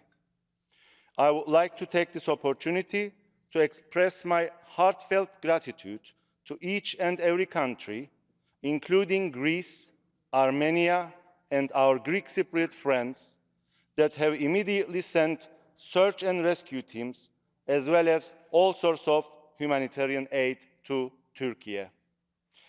The unprecedented earthquakes have once again reminded us of the great importance of international solidarity and cooperation. I am of the view that solidarity and cooperation should not only be offered during or after the natural disasters or difficult times, but it should always be there in the fields of mutual interest and concern, in the East Mediterranean as well. After the elections in Turkey and Greece, I hope new opportunities will emerge for cooperation and peaceful coexistence among Turkey, Greece, and Cyprus. Thank you for your attention. Thank you, Armghan. Next in the debate, I call Mr. David Morris from the United Kingdom. David, you have the floor. Thank you, Mr. Chairman. Mr. Chairman, this is my maiden speech as a member of the Council of Europe, and the first in this chamber, the Chamber of the European Parliament of the European Union. Speaking of the European Union, this institution has shown gratitude to the Council of Europe, to Council of Europe's Development Bank. Natural disasters are unavoidable, sadly, and also very rare. However, this should not stop the world institutions from preparing, from planning, and making sure that when these catastrophes happen, they do not get caught out. We should have better interface between the European Union, United Nations, and ourselves, the Council of Europe. We must, in the approach to the next Council of Europe summit, remember the Europa Initiative for the Council of Europe and create an international standard of responsive excellence to such events. As I've said before, these events are very rare, but when they do happen, they are catastrophic, and there is nothing stopping us from preparing for the future for such sad events. My condolences go to the people of Turkey for such sad events that they have recently suffered. Thank you, Mr. Chairman.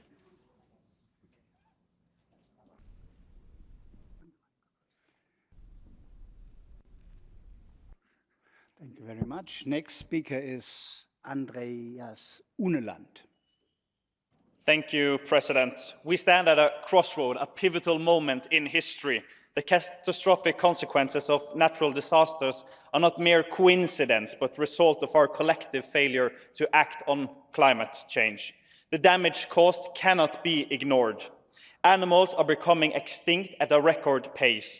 Our summers are becoming hotter, the weather wetter and wilder. Natural disasters can strike at any time. They can wreak havoc on our communities. The effects can be devastating, and the cost of recovery astronomical. And this is our fault. Our pursuit of fossil energy is literally setting the planet on fire. Make no mistake, the root cause of climate change lies in the greed and short-sightedness of the capitalist economic model that puts profit over people and the planet. We cannot continue to prioritize economic growth at the expense of the environment and the well-being of our communities. We have known about climate change for decades. Nevertheless, every year the world has invested more money in fossil fuels than in green energy. Put your money where your mouth is. At the moment, the mouth talks about climate change, but the money is deeply rooted in sectors that cause the climate crisis. We are on a highway to climate hell, said the UN Secretary General, and he is right. Every day, companies choose to invest in the climate problem instead of climate solutions. And we see the consequences of climate change today. Rising sea levels, extreme weather events, and the loss of biodiversity, all of which can lead to natural disasters. Therefore, we must prioritize environmental protection and promote sustainable development policies that prioritize human rights and protect the planet. There will be no human rights if the climate crisis isn't solved. If we care about the legal framework that we have created, the collaboration we have in Europe, we have to stop burning fossil fuels, stop deforestation, and stop the release of pollutants into the environment. We know that disasters disproportionately affect women, the working class, vulnerable communities, low-income households, people with disabilities, and marginalized groups. Therefore, the fight against climate change is a fight against discrimination, a fight for people, and a fight for human rights. Let us work together to create a sustainable and just society that protects the planet and its inhabitants. If we are to secure human rights, we must secure a planet to live on. Thanks. Thanks, Mr. Uneland. And now has the floor Brian Francis from Canada. Thank you, Mr. President. Honorable colleagues, thank you for the opportunity to speak today. I would like to commend the rapporteur for a detailed report that calls attention to an issue of pressing importance. In our global discussions about climate change, we focus rightly on the need to decarbonize our economies and reduce the emission of greenhouse gases. But as the committee report ably sets out, we need to also address climate change adaptation, including preparing for more frequent extreme weather events. My home province of Prince Edward Island faced such an event last September when Hurricane Fiona, after having brought devastation to Puerto Rico, the Dominican Republic, and other Caribbean islands, hit Atlantic Canada, resulting in the most intense tropical cyclone in the region's history. The storm was the 7th most costly natural disaster globally in 2022 and the 10th most costly in the history of Canada. Of the 9 more costly Canadian disasters, 7 occurred in the last decade. Events have proven climate scientists right. Disasters are becoming more frequent and more severe. One of the lessons learned from Hurricane Fiona was that disaster preparedness planning needs to include all actors, including the private sector. Fiona knocked out telecommunications equipment, which left many people in affected areas without access to wireless services for days, limiting the ability of responders to evaluate the situation and victims to assess critical information.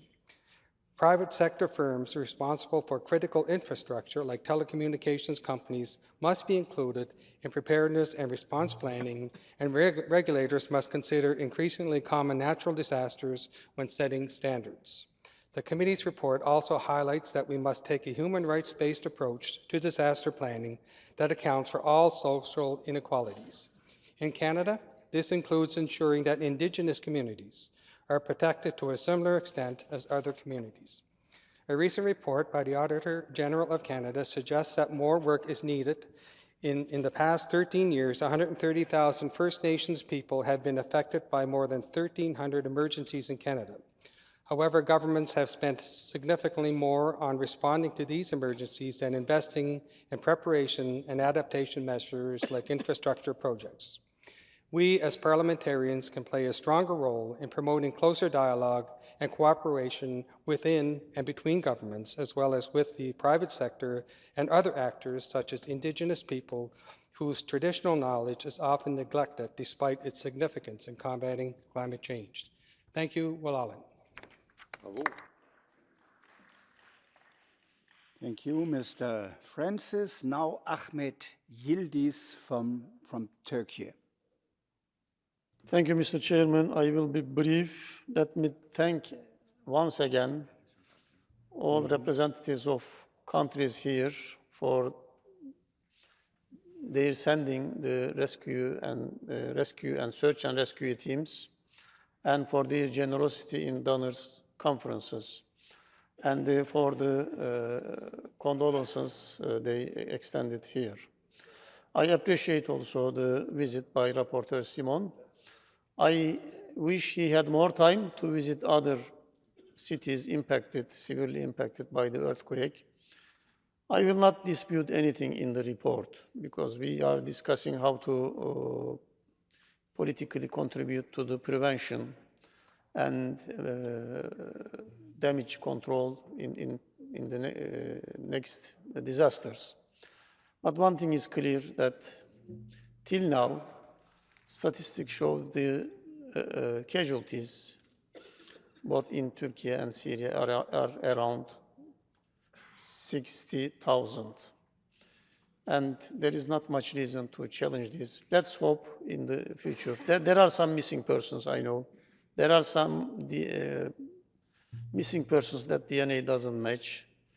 Let's hope that it will not reach the number that some doubt, the 100,000. Dear colleagues, all Turkish MPs here from different parties, they are somehow, me, myself also, live witness of the damage and the destruction in this region. Many things are unprecedented.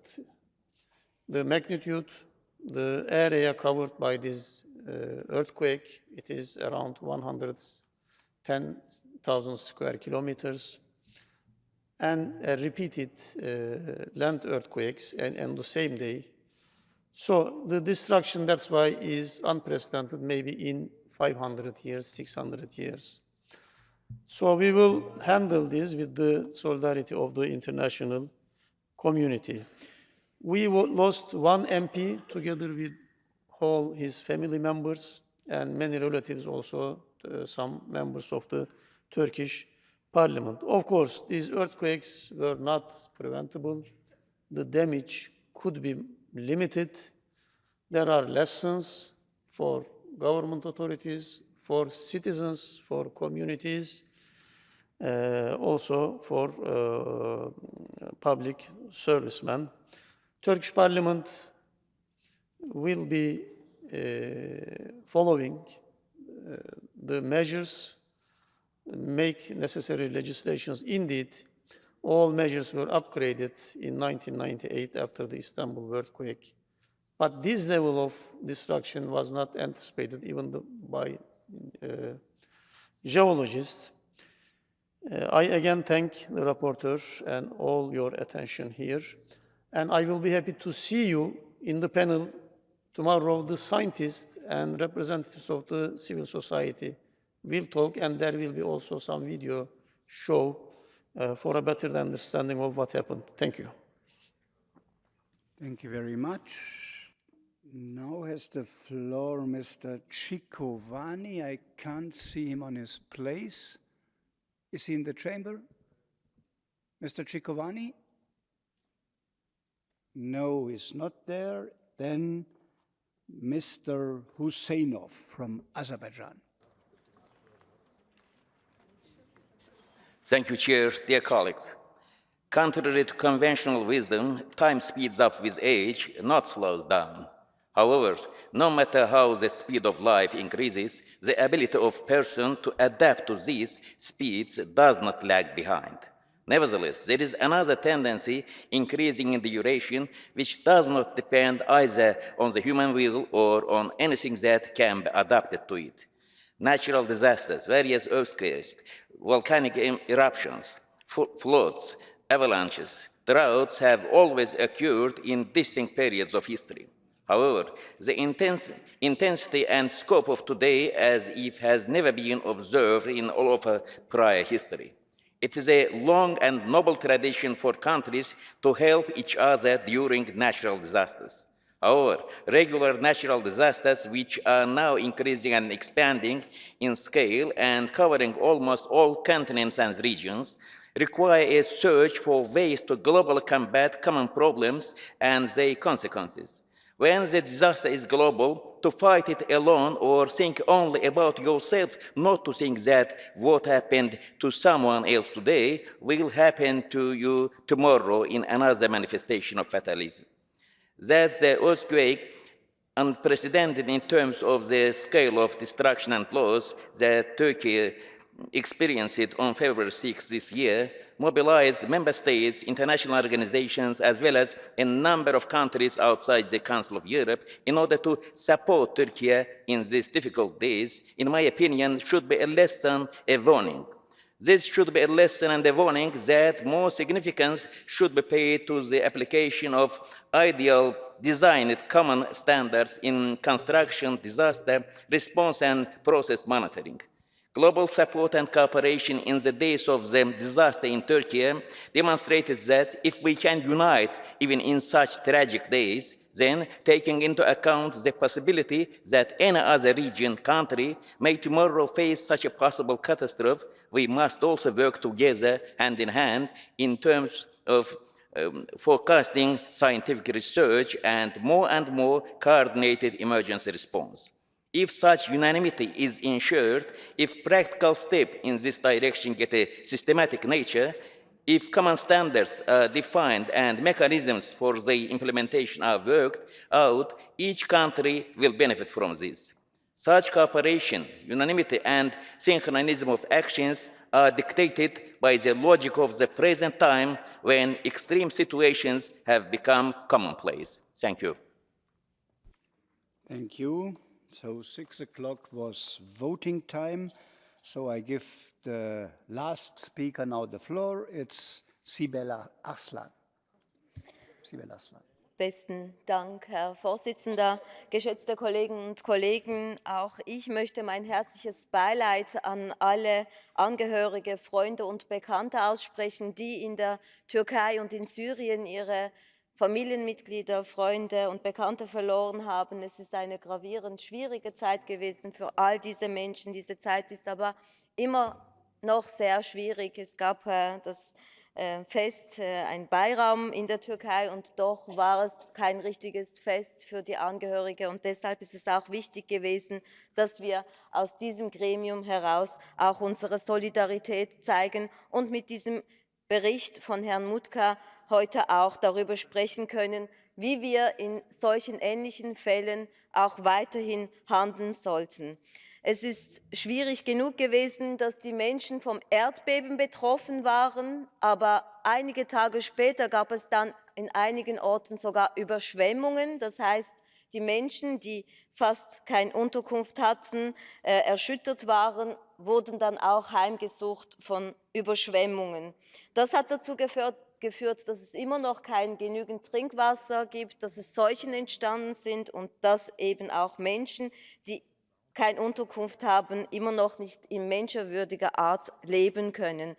Und folglich ist es auch wichtig, dass wir, um diese Solidarität, die wir hier aussprechen, nicht vergessen, auch darauf schauen müssen, wie dann die Wiederaufbauphase auch begleitet werden soll. Deshalb ist es auch wichtig, was Herr Mutka hier auch vorschlägt, dass wir Präventionsmaßnahmen, um solche Naturkatastrophen auch zu verhindern, treffen sollten, dass wir die ExpertInnen ernst nehmen müssten, die dazu auch in der Türkei, in Syrien, aber auch auf der ganzen Welt ihre Berichte, die folglich wegen menschlichen Handlungen auch entstanden sind oder entstehen werden, darauf hinweisen, wie zum Beispiel IPCC-Rapporte oder Berichte ernst nehmen. Es ist wichtig, dass wir bei der Wiederaufbau diese Länder, diese Gebiete nicht vergessen. Die Schmerzen sind gravierend, aber das Leiden bleibt weiterhin. Deshalb ist wichtig, dass wir zum Beispiel auch bei den Visagesuchen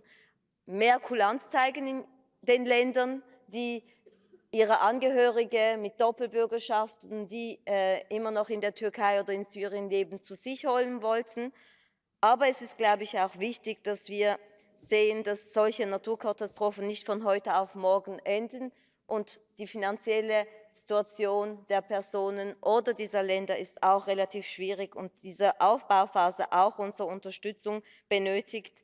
Und ich möchte mich nochmals dafür danken, dass Herr Mutka diese Verknüpfung von den menschlichen Katastrophen, die zu Naturkatastrophen führen, eben auch für Menschen diese gravierende Folgen haben, aufzeigt und auch Vorschläge mit sich bringt. Ich hoffe, wir werden auch Gesetze schaffen, die eben diesen Rahmen nicht mehr geben und wir für die nächsten Generationen ein gutes Basis hinterlassen können. Besten Dank. Thank you very much. I must now interrupt the list of speakers. The speeches of members on the speakers list who have been present during the debate and they have not been able to speak may be given to the table office for publication in the official report.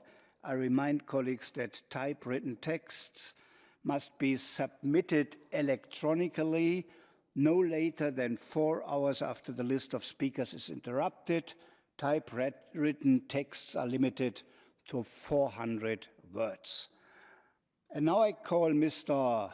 Mutzke, rapporteur, to reply to the debate.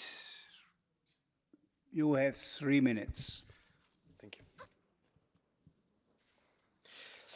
you. Chers collègues, merci beaucoup. Merci d'avoir à la fois parlé, vous êtes très nombreux à avoir parlé du dérèglement climatique, mais merci pour votre solidarité envers les peuples de Turquie et de Syrie. Alors, si je reprends un peu vos mots, vous avez parlé d'incendie, vous avez parlé de fonte des glaces, de sécheresse, de cyclones, d'ouragans, d'extinction de la biodiversité, de niveau des mers. Notre collègue de Londres nous a parlé d'adaptations nécessaires sur la Tamise. Je rends hommage à notre collègue du Canada et je me rappelle l'été passé avec des records de température de jusqu'à 53 degrés et des villages au Canada qui fondaient littéralement. Je peux avoir une pensée aussi pour nos collègues espagnols qui doivent commencer à mettre en place des refuges climatiques dans leur ville pour les personnes âgées, pour que les personnes âgées puissent aller se protéger dans des bibliothèques, des musées. Donc, je vais revenir sur la première intervention pour conclure cette liste et dire en fait que en effet, il est temps d'arrêter d'essayer de contrôler la planète. Il faut s'adapter à la planète. Vous savez, la planète, c'est quelque chose qui se dit souvent, mais la planète, elle n'a pas besoin de nous. Nous avons besoin de cette planète et je pense que c'est ça qui doit nous guider. Alors, quelques points du rapport qui ont été soulevés. La question de la décentralisation de l'aide, ça a été appuyé. Vous êtes nombreux à avoir parlé de la question de la migration et je vous renvoie à l'excellent rapport de mon collègue Pierre-Alain Frides qui avait, il y a quelques années, fait un rapport sur cette question de réfugiés environnementaux. La question de la politisation, et je remercie ma collègue Petra Bayer d'avoir soulevé ce point, la politisation en cas de catastrophe naturelle, elle est catastrophique et plus la polarisation de la société en cas de catastrophe et c'est en ça que je vous encourage à aller vers plus de démocratie, de transparence dans le cadre de la gestion de ces catastrophes. Je vous rappelle quand même que l'investissement, le non-investissement pour le climat coûtera 10% du PIB mondial en 2050. L'investissement, si aujourd'hui on investit, on pourrait arriver à essentiellement 2% du PIB, ce qui est quand même beaucoup, mais moindre que les 10%. Alors, je terminerai par rappeler que dans quelques semaines, et je ne peux pas insister assez, dans quelques semaines aura lieu le 4e sommet du Conseil de l'Europe. Nos actions aujourd'hui définissent le degré de souffrance des générations futures. C'est ça la réalité aujourd'hui. Alors il est temps d'accepter que les catastrophes naturelles vont s'intensifier et s'accélérer. Il est temps d'écouter le message des scientifiques, des jeunes, des moins jeunes, des agriculteurs aussi qui voient leurs terres s'éroder. Il est temps de penser à ces générations futures qui voient leur bonheur compromis en raison du dérèglement climatique. Il est temps finalement pour le Conseil de l'Europe de rentrer dans le XXIe siècle et de se mettre au niveau des autres régions du monde qui ont intégré ces droits environnementaux. Il est temps que les États membres investissent dans le Conseil de l'Europe pour assurer notre résilience climatique. Et finalement, il est temps enfin, comme le mentionnait mon rapport il y a 2 ans, sur l'ancrage du droit à l'environnement sain, il est temps de reconnaître un droit à l'environnement sain, sûr, propre et durable. Le Conseil de l'Europe a été un espoir dans les heures les plus sombres de notre continent, à la sortie de la Deuxième Guerre mondiale. Je crains aujourd'hui que la jeunesse, et pas que la jeunesse, soit face à d'autres heures sombres, et j'encourage le Conseil de l'Europe à donner une nouvelle direction avec des nouveaux droits environnementaux pour les jeunes et pour les moins jeunes. Quelqu'un a dit « act now », et en effet, je pense qu'il est temps d'agir maintenant. Je vous remercie sincèrement pour toutes vos contributions, et je réitère encore une fois mes condoléances au peuple turc, au peuple syrien, mais finalement à toutes celles et ceux qui ont perdu des proches en raison du dérèglement climatique, en raison des catastrophes naturelles. Je vous remercie. Yes, thank you very much, Rapporteur. Does the chairperson of the committee, Mrs. Céline Sayek-Böke, wish to speak? Yes, you have 3 minutes.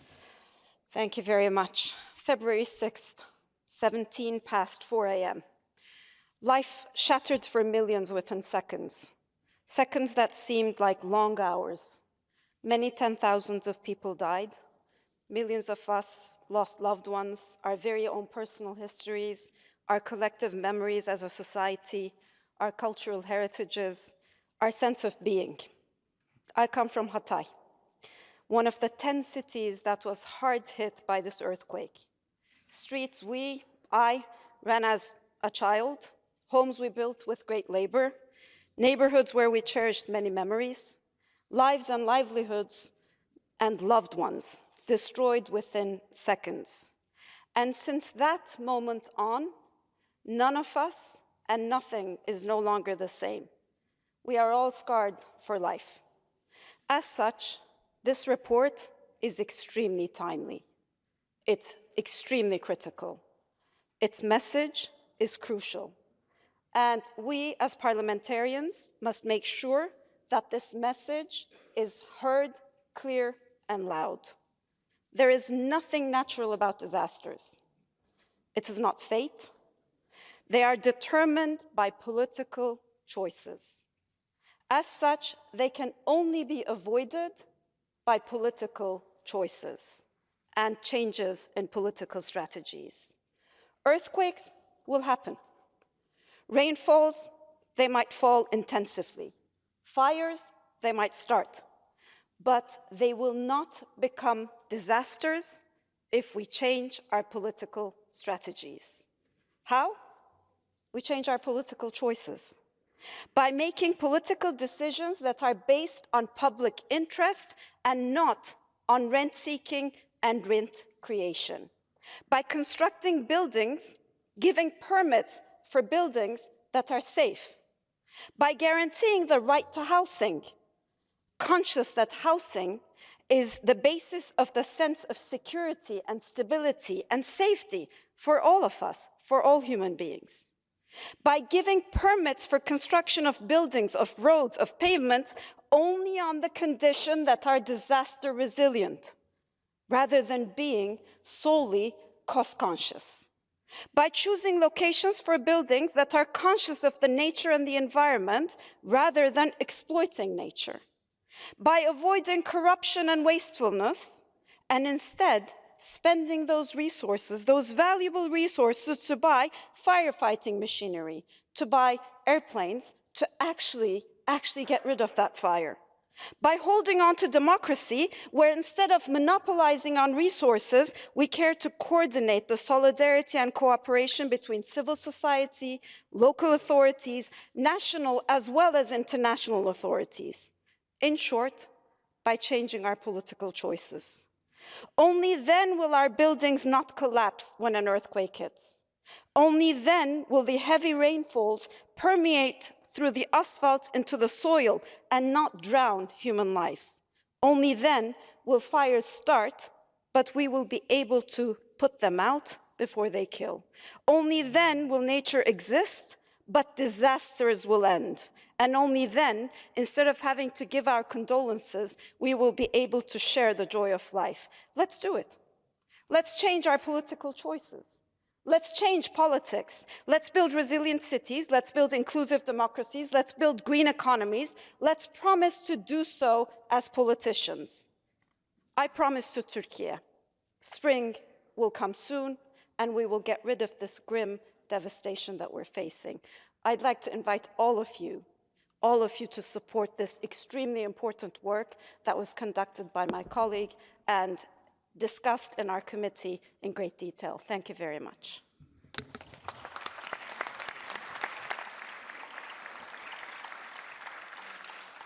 Thank you very much, Mrs. Sayek-Böke. This important debate is now closed. And I call the Committee on Social Affairs, Health and Sustainable Development has presented a draft resolution to which 11 amendments and 2 sub-amendments have been tabled, and a draft recommendation to which 2 amendments have been tabled. Amendments are listed in the compendium. I remind you that speeches on amendments are limited to 30 seconds. We will start with consideration of the draft resolution and will then consider the draft recommendation.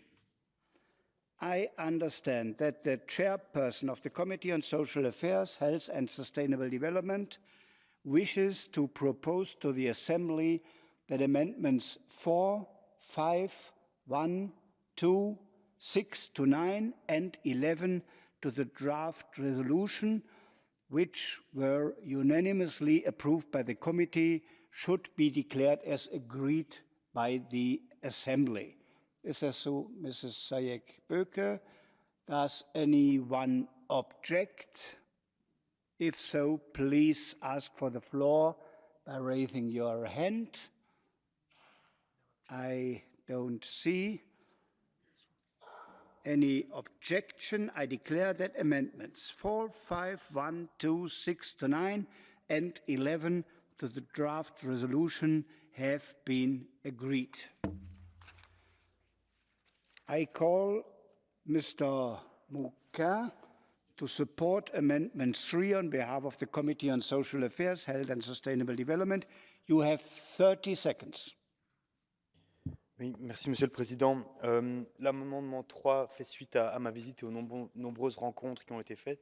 Il donne à la fois le chiffre officiel du nombre de victimes, 57 000 personnes, et à la fois les analyses et les échos qu'on a eus de toutes les rencontres qu'on a faites, qui parlent de probablement 100 000 personnes. Je vous remercie.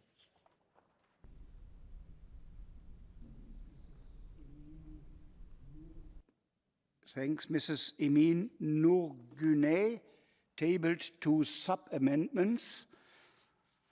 I understand that Ms. Gunet wishes to withdraw this sub-amendments. Is this correct? It's not there? Is there? Mr. President. Okay. Sub-amendment 2 is withdrawn. Okay. Is withdrawn. I call Mrs. Gunet to support sub-amendment 1. You have 30 seconds. Mrs. Gunet, 30 seconds for amendment 1.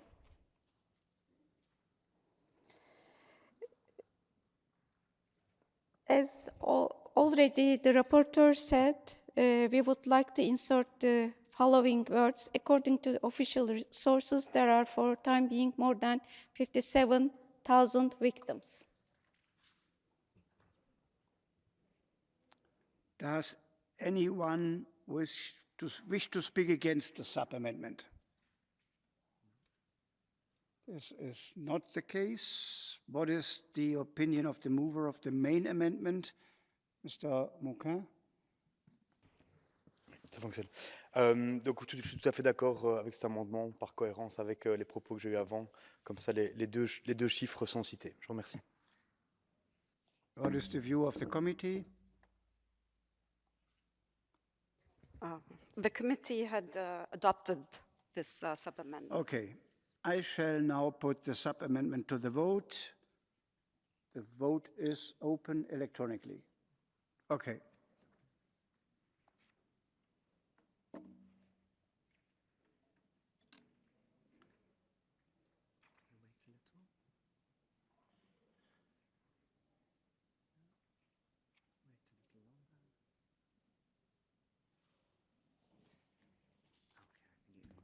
So nothing is moving. There's any votes? So the vote is closed. I call for the result to be displaced. Yes, 107 yes, 1 against. So sub-amendment 1 is agreed. Now, does anyone wish to speak against the amendment? This is not the case. What is the committee's view on the amendment?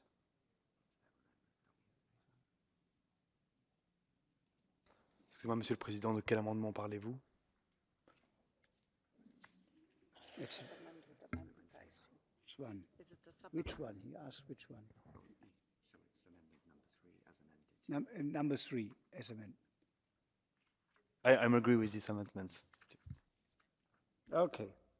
Then I shall now put the amendment to the vote. The vote is open.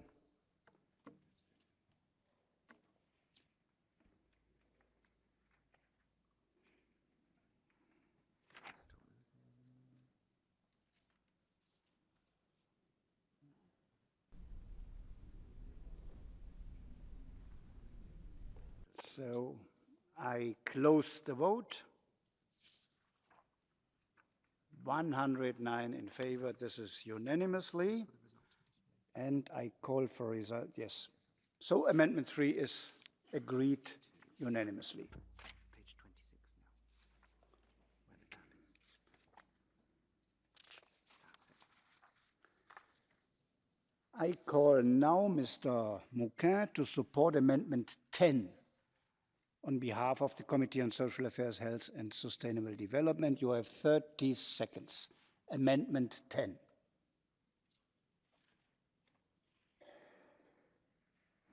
All the others are agreed. Oui, je supporte l'amendement 10. What did you say? Does anyone else wish to support the amendment? No, this is clear. So the committee approved Amendment 10. I shall now put the amendment to the vote. The vote is open.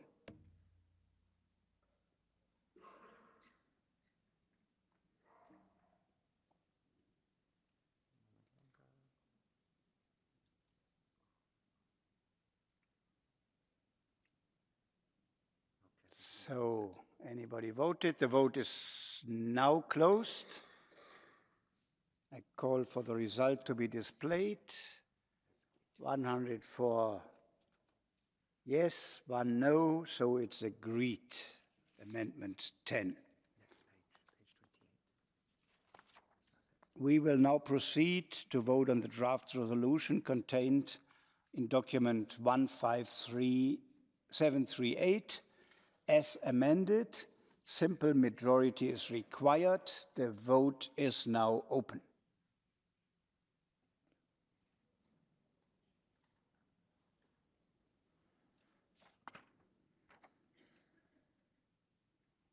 The vote is closed. The result, 109 in favor, 2 abstentions, so it's unanimously accepted.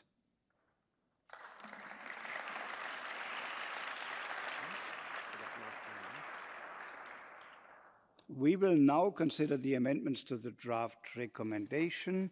I understand that the chairperson of the committee wishes to propose to the Assembly that Amendment 12 and 13 to the draft recommendation, which were unanimously approved by the committee, should be declared as agreed by the Assembly.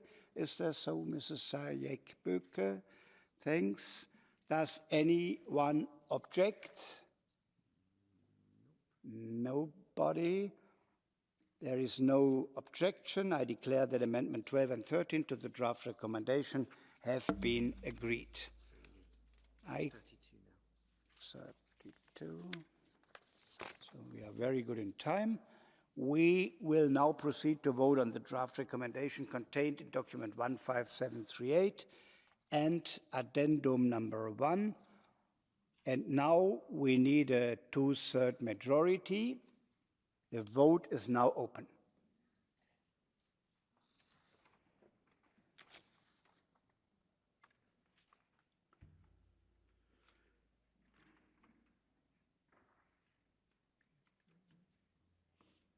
No, the vote is closed.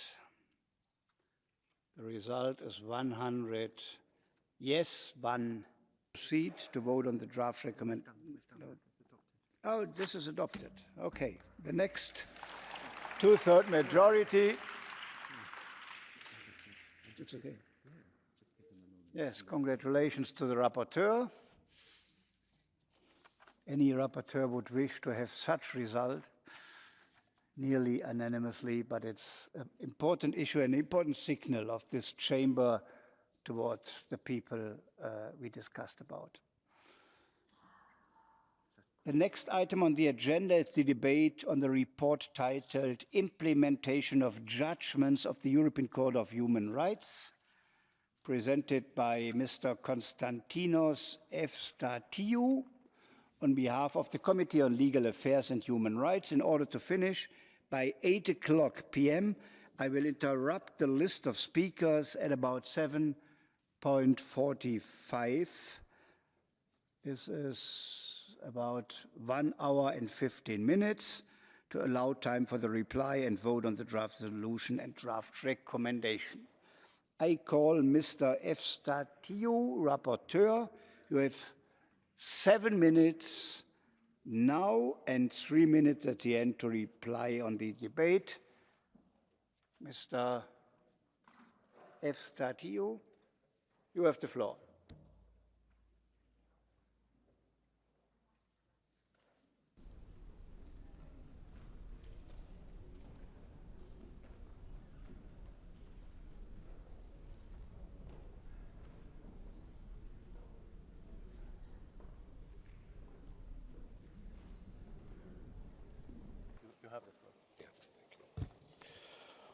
Thank you, Mr. Chair. Dear colleagues, I should like firstly to thank the Committee of Legal Affairs and Human Rights for entrusting me with this important report. The implementation of judgments of the European Court of Human Rights relates to the core work of the Council of Europe in identifying human rights violations and assisting member states in redressing shortcomings and deficiencies in line with their obligations vis-à-vis the European Convention of Human Rights to which they are bound. Notwithstanding the primary obligation of national authorities to implement court decisions and competency and authority of the Committee of Ministers to oversee the implementation of the court judgments, the role of the Parliamentary Assembly is twofold: in addressing the fundamental legal issues at stake, which are intrinsic to the court judgments, but also the political will, or lack thereof, both of national authorities and that of the Committee of Ministers, in applying the necessary pressure, both political and legal, based on Article 46 of the Convention for Compliance. Let us not forget that the Committee of Ministers functions within the scope of core national interests, so that sometimes give the impression to the ordinary European citizen that there are trade-offs that delay or restrict the effective implementation of judgments or the taking of effective action and measures. In this latest report, we have focused on the implementation of court judgments in those states having the highest number of cases pending before the Committee of Ministers, as well as the implementation of the most problematic cases, including interstate cases and Article 18 cases, and judgments, i.e. human rights violations for an ulterior purpose and therefore that relates to a misuse of power. In drafting this report, I have followed the same structure as the ones of previous ones, identifying the countries with the largest number of unimplemented cases or with excessive delay in implementation, grouping them according to their specific characteristics in an attempt to understand why this is happening. Is it a question of lack of political will, or rather because of structural deficiencies or other systematic problems? During the course of this work, the committee held 5 hearings on interstate cases, Article 18 judgments, and challenges of the implementation of court judgments in respect of Hungary, Turkey, and Ukraine. I also undertook 2 country visits in November 2022 to Azerbaijan and Romania, which together with Hungary, Turkey, and Ukraine have the largest numbers of unimplemented cases and judgments. The outcome of these hearings has shown that it is essential that the Assembly and national parliaments press forward for the necessary legislative changes and institutional reforms so as to ensure that the same rights will not be violated and that redress mechanisms are fully functional at the national level. This is why closer collaboration with national human rights institutions is crucial. I stress, therefore, the importance of all states having effective national coordination mechanisms with sufficient hierarchy and resources to be able to implement court judgments in a timely and effective manner. This is something we could all be encouraged by our governments to do more effectively. In the report, I call on the states to implement in good faith and without delay the final binding judgments of the European Court. I call on the Committee of Ministers to ensure that improved focus is given to implementing leading cases, that is, those cases require underlying reforms to prevent repeat violations of human rights in that state. The report asks that priority be given to tackling particularly complex cases, including interstate cases. I have also asked for improvements to be made to the transparency of the process of implementation, in particular as concerns the reasoning and accessibility of decisions, interim resolutions and final resolutions of the Committee of Ministers in relation to cases, and also in terms of accessibility and ease the navigation of the HUDOC exec website. It is vitally important that European citizens can understand and have confidence in this core part of the European system for the protection of human rights, democracy and the rule of law. Let us not forget that the court judgments deal with severe cases of human rights abuses which have not been adequately and satisfactorily addressed at the national level. Cases lodged before the court represent the last resort and opportunity for millions of our fellow citizens to demand better, more fair and more equitable treatment. Problems incurred with the implementation of judgments, therefore, affect citizens' confidence and trust in the ability of the system as a whole to promote and protect the rule of law, democracy and human rights, thus, in effect, questioning its legitimacy and viability. This is the reason I encourage better involvement of the Parliamentary Assembly in work towards the implementation of the judgments, including through an annual address to the Assembly by the Committee of Ministers on the progress achieved in implementing the judgments. The report proposes further work to develop projects to support national parliaments and parliamentarians in driving through legislative reforms necessary to implement the judgments, and in holding our governments to account for taking timely action to implement it. In this light, I call on you to consider what we collectively can do to improve the timely and effective implementation of judgments in our own countries and to undertake best efforts to continue this important work when we return from Strasbourg to our respective parliaments. I should also like to underline the importance of outstanding interstate cases that merit our continued attention and involvement. Leniency and complacency shown on our part towards some states can only prolong the agony of those whose rights have been violated and delay progress and social justice. This type of tolerance is detrimental to our credibility as an organization. Violations of human rights and international law are unacceptable, wherever they occur. The report provides useful statistical information on the number and characteristics of important pending cases before the court, which have been just recently updated by the Committee of Ministers. Data contained in the report prove the systematic and structural deficiencies that persist in a number of member states, and I call upon competent national authorities as a matter of urgency to carefully analyze these and rectify shortcomings as soon as possible with appropriate measures and actions. After all, numbers always say the truth, and the truth is that we have a long way ahead to establish a culture of attachment to the Convention and all that this entails. Thank you very much. Thank you to the rapporteur. I call now the speakers on behalf of the political groups. First speaker is for the Socialistic Group, Mr. Magazinovic. Mr. Magazinovic, you have the floor. Thank you, Mr. Chairman.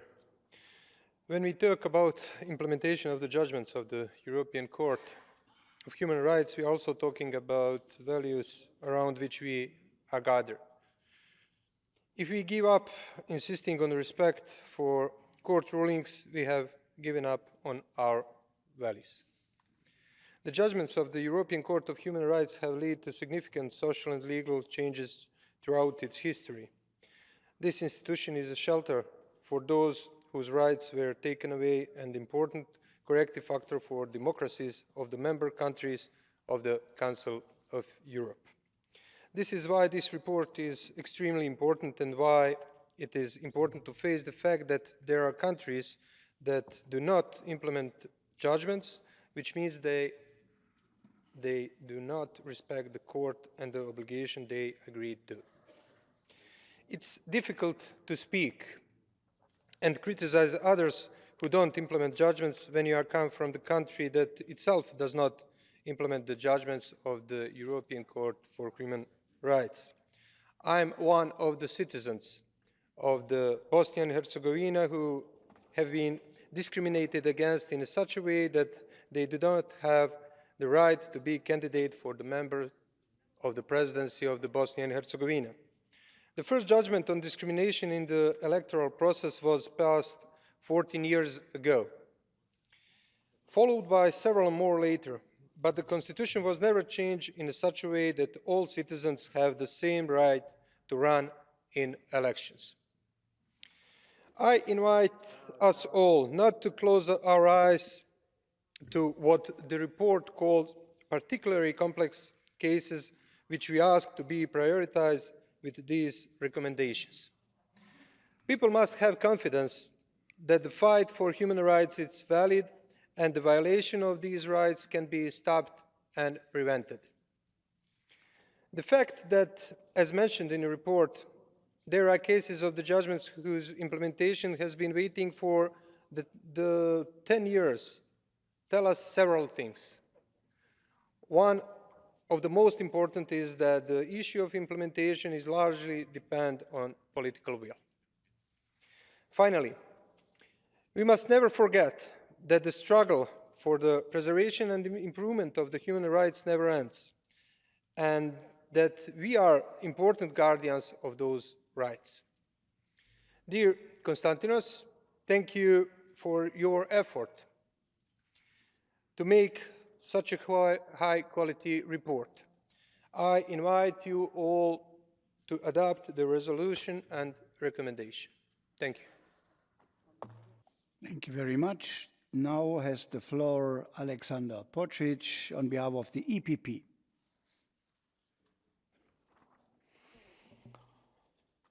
Dear President, dear colleagues, what can I say more than to repeat the wise words of my dear friend Konstantinos from his summary.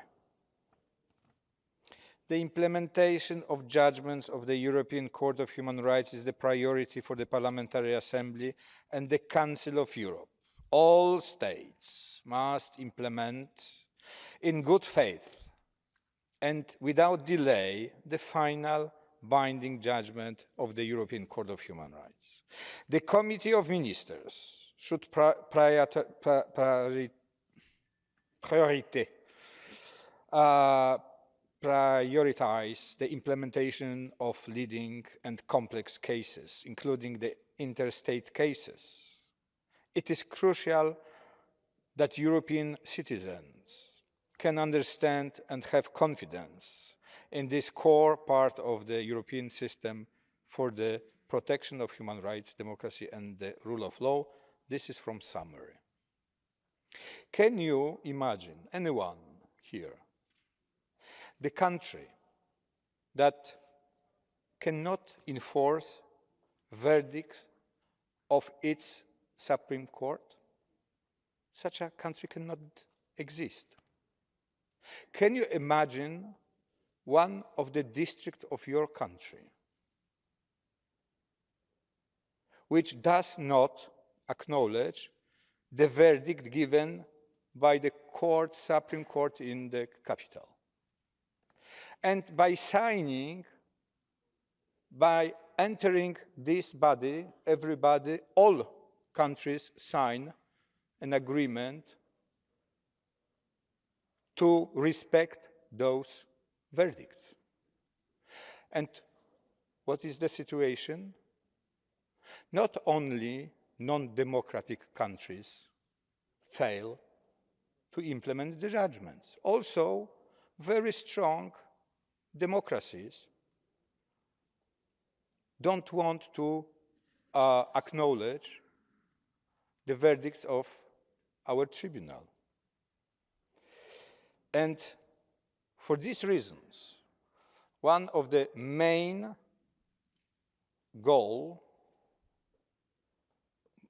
target for the fourth summit is to change something, to introduce the procedures that might strengthening the implementation of those judgments. And we are waiting for the results with the hope of the fourth summit of Reykjavik. Thank you very much. Thank you very much. Next speaker is Mrs. Toes-Wick on behalf of the ALDE Group. Mr. President, and thank you also to the rapporteur for a thorough and very good report. Judgments of the European Court of Human Rights have a great potential to protect human rights. States are obliged to provide justice to victims of human rights violations. They are also obliged to prevent violations for others. The judgments have a great impact on the lives of the victims of human rights violations, and their implementation also have a great impact on the wider society. The implementations build citizens' confidence in the European system for the protection of human rights, democracy, and the rule of law. Non-implementation, especially of the leading cases, is a systematic problem. Each case represents a significant or structural problem, often with direct consequences for many citizens. Leading judgments not being implemented means underlying human rights issues are not being dealt with. For example, a judgment on an instance of torture might reflect on an ongoing situation of torture by state officials. When that leading judgment is not implemented, the problem linked to state torture is not resolved. Some member states have more cases pending implementation than others. The reasons for non-implementation varies, but as the report shows, lack of political will is a major problem, especially in the interstate cases. Compliance with international law and repairing any breaches are primarily a responsibility for the states themselves. In addition to the importance of the principle of subsidiarity, it is also practical, as the states themselves are often more suited to choose appropriate national measures, especially in light of the particularities of each state's legal and political system. I'm pleased that the draft resolution encourages employing innovative and creative techniques and measures to seek to make progress in addressing inductible problems. Strengthening the role of civil society, bar association, and national human rights organization in the progress of implementations is very important, as well as transparency. There is low-hanging fruit where states have not implemented due to lack of resources. It is therefore imperative that the Council of Europe assists with expertise, support, and monitoring for improving the system and structures.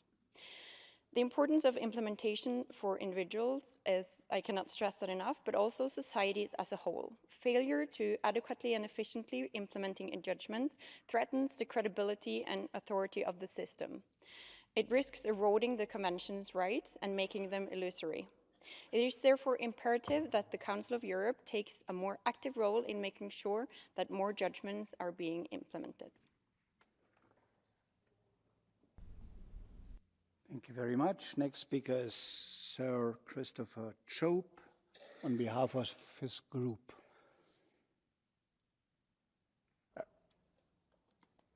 Mr. Chairman, this draft resolution and draft recommendation perfectly illustrate the impotence of this organisation. And I was disappointed that the rapporteur did not refer in his opening remarks to the case of Kavala. There have only ever been 2 cases before the European Court of Human Rights which have been the subject of infringement proceedings under Article 46, paragraph 4 of the Convention. One of those cases remains unresolved, and that is the case of Kavala. Mr. Kavala has been in unlawful detention in Turkey since November 2017. His release was ordered by the court in 2019. That was defied by Turkey. The Committee of Ministers then took the matter forward and asked the Grand Chamber to opine further, and on the 11th of July last year, the Grand Chamber concluded that, and I quote, Mr. Kavala must be freed today and acquitted of all charges. Was he? Of course he wasn't. And we heard at the committee from representatives from Turkey who basically said, this is a political case. You haven't got a clue, you members of the European Council of Human Rights. You don't understand politics in Turkey. We're going to continue to defy the court. And so in the face of that, what are we going to do? This resolution talks about calling on Turkey to take action. We know that they're going to ignore that. And my concern is that this Council has shown itself to be supine in the face of behaviour which is completely outrageous by people who are dictatorial in their tendencies. And so what do we do? As a result of being weak, dictators become emboldened, and that's why Russia was able to invade Ukraine. I think if we'd taken that action sooner against Russia, that conflict might not have taken place. So what are we doing now? Are we taking action against Turkey? No, we're not. The Committee of Ministers could be taking moves to expel Turkey from this organisation. This Council could be taking action to expel the Turkish delegation from membership of the Parliamentary Assembly. It's not doing that, and that's because we are frit. And why are we frit? Because Turkey is a grand payeur, and there are too many people in this building who've got a vested interest in ensuring that the grand payeurs continue to pay so that they can continue to appease countries and organisations and dictatorships such as we have got in Turkey. And let us hope that the people of Turkey are sufficiently wise to oust President Erdogan and his government. But if they don't, what are we going to do as an organisation? Surely we are really building our own death warrant if we don't actually take action instead of just resorting to words on these issues. Let's do something about Kavala, and it's a disappointment to me that the rapporteur seems unwilling to actually embrace that idea. Thank you very much. Next speaker is Laura Castell for the UAL. Thank you, Chair, and thank you, the rapporteur, for this work. Dear colleagues, yesterday morning we woke up to the news of mass arrests in Ahmet by the Turkish government to influence the elections. Among those arrested, there are lawyers, journalists, campaign managers of the Green Left Party, etc. 110 arrested. This is an alarming issue closely related to the implementation of judgments of the European Court of Human Rights. Specifically, we see the countries with practices such as those described above having the highest number of unimplemented court judgments. Such is the case of Turkey. But it's also the case of other member states. The report recalls us the very well-known cases of Kavala and Demirtas, waiting in jail for the implementation of a court judgment. But let me share with you one example concerning the Polish judiciary, stating that every person has the right to a fair trial in an independent court, and the presence of illegally appointed judges does not guarantee these rights. And despite this, the illegally appointed judges continue to adjudicate it. This is Poland now. Therefore, colleagues, it is urgent to put the focus on these non-compliant countries to ensure respect for the court judgments and the European Convention of Human Rights. The increase of the number of judgments pending before the Committee of Ministers is a red light that should scandalize us. There were almost 5,300 cases 4 years ago. And now, there are 1,000 more pending cases. This should set off our alarms. This is a proof that there are some member states which are not committed to this process, and therefore they are eroding our common values. Some of them are clear cases of lack of political will. In a nutshell, the member state who sits in the Committee of Ministers and must control implementation is the one who doesn't want to implement it. A very tricky situation. As the resolution recalls, the legal obligation for the states parties to the Convention to implement the court's judgments is binding in all branches of the state authority and shouldn't be avoided in any way. Otherwise, colleagues, is the end of trusting in the multilateralism, the degradation of peaceful political relations, and the end of multilateral cooperation. The result would be the chaos, and the Reykjavik summit is our opportunity to renew the commitment of the binding nature of the court judgments. Thank you, Chair. Thank you, Rapporteur. Thank you very much. Now has the floor Mr. Kevsky from North Macedonia. Thank you, Mr. Chairman. Dear colleagues, dear guests, the very fundamental right that every individual and every nation deserves is the right of self-identification. It is a basic principle of international law that allows nations to freely determine their own affairs and poses their own national consequences. It is an essential objective and value in modern society that must be upheld and respected.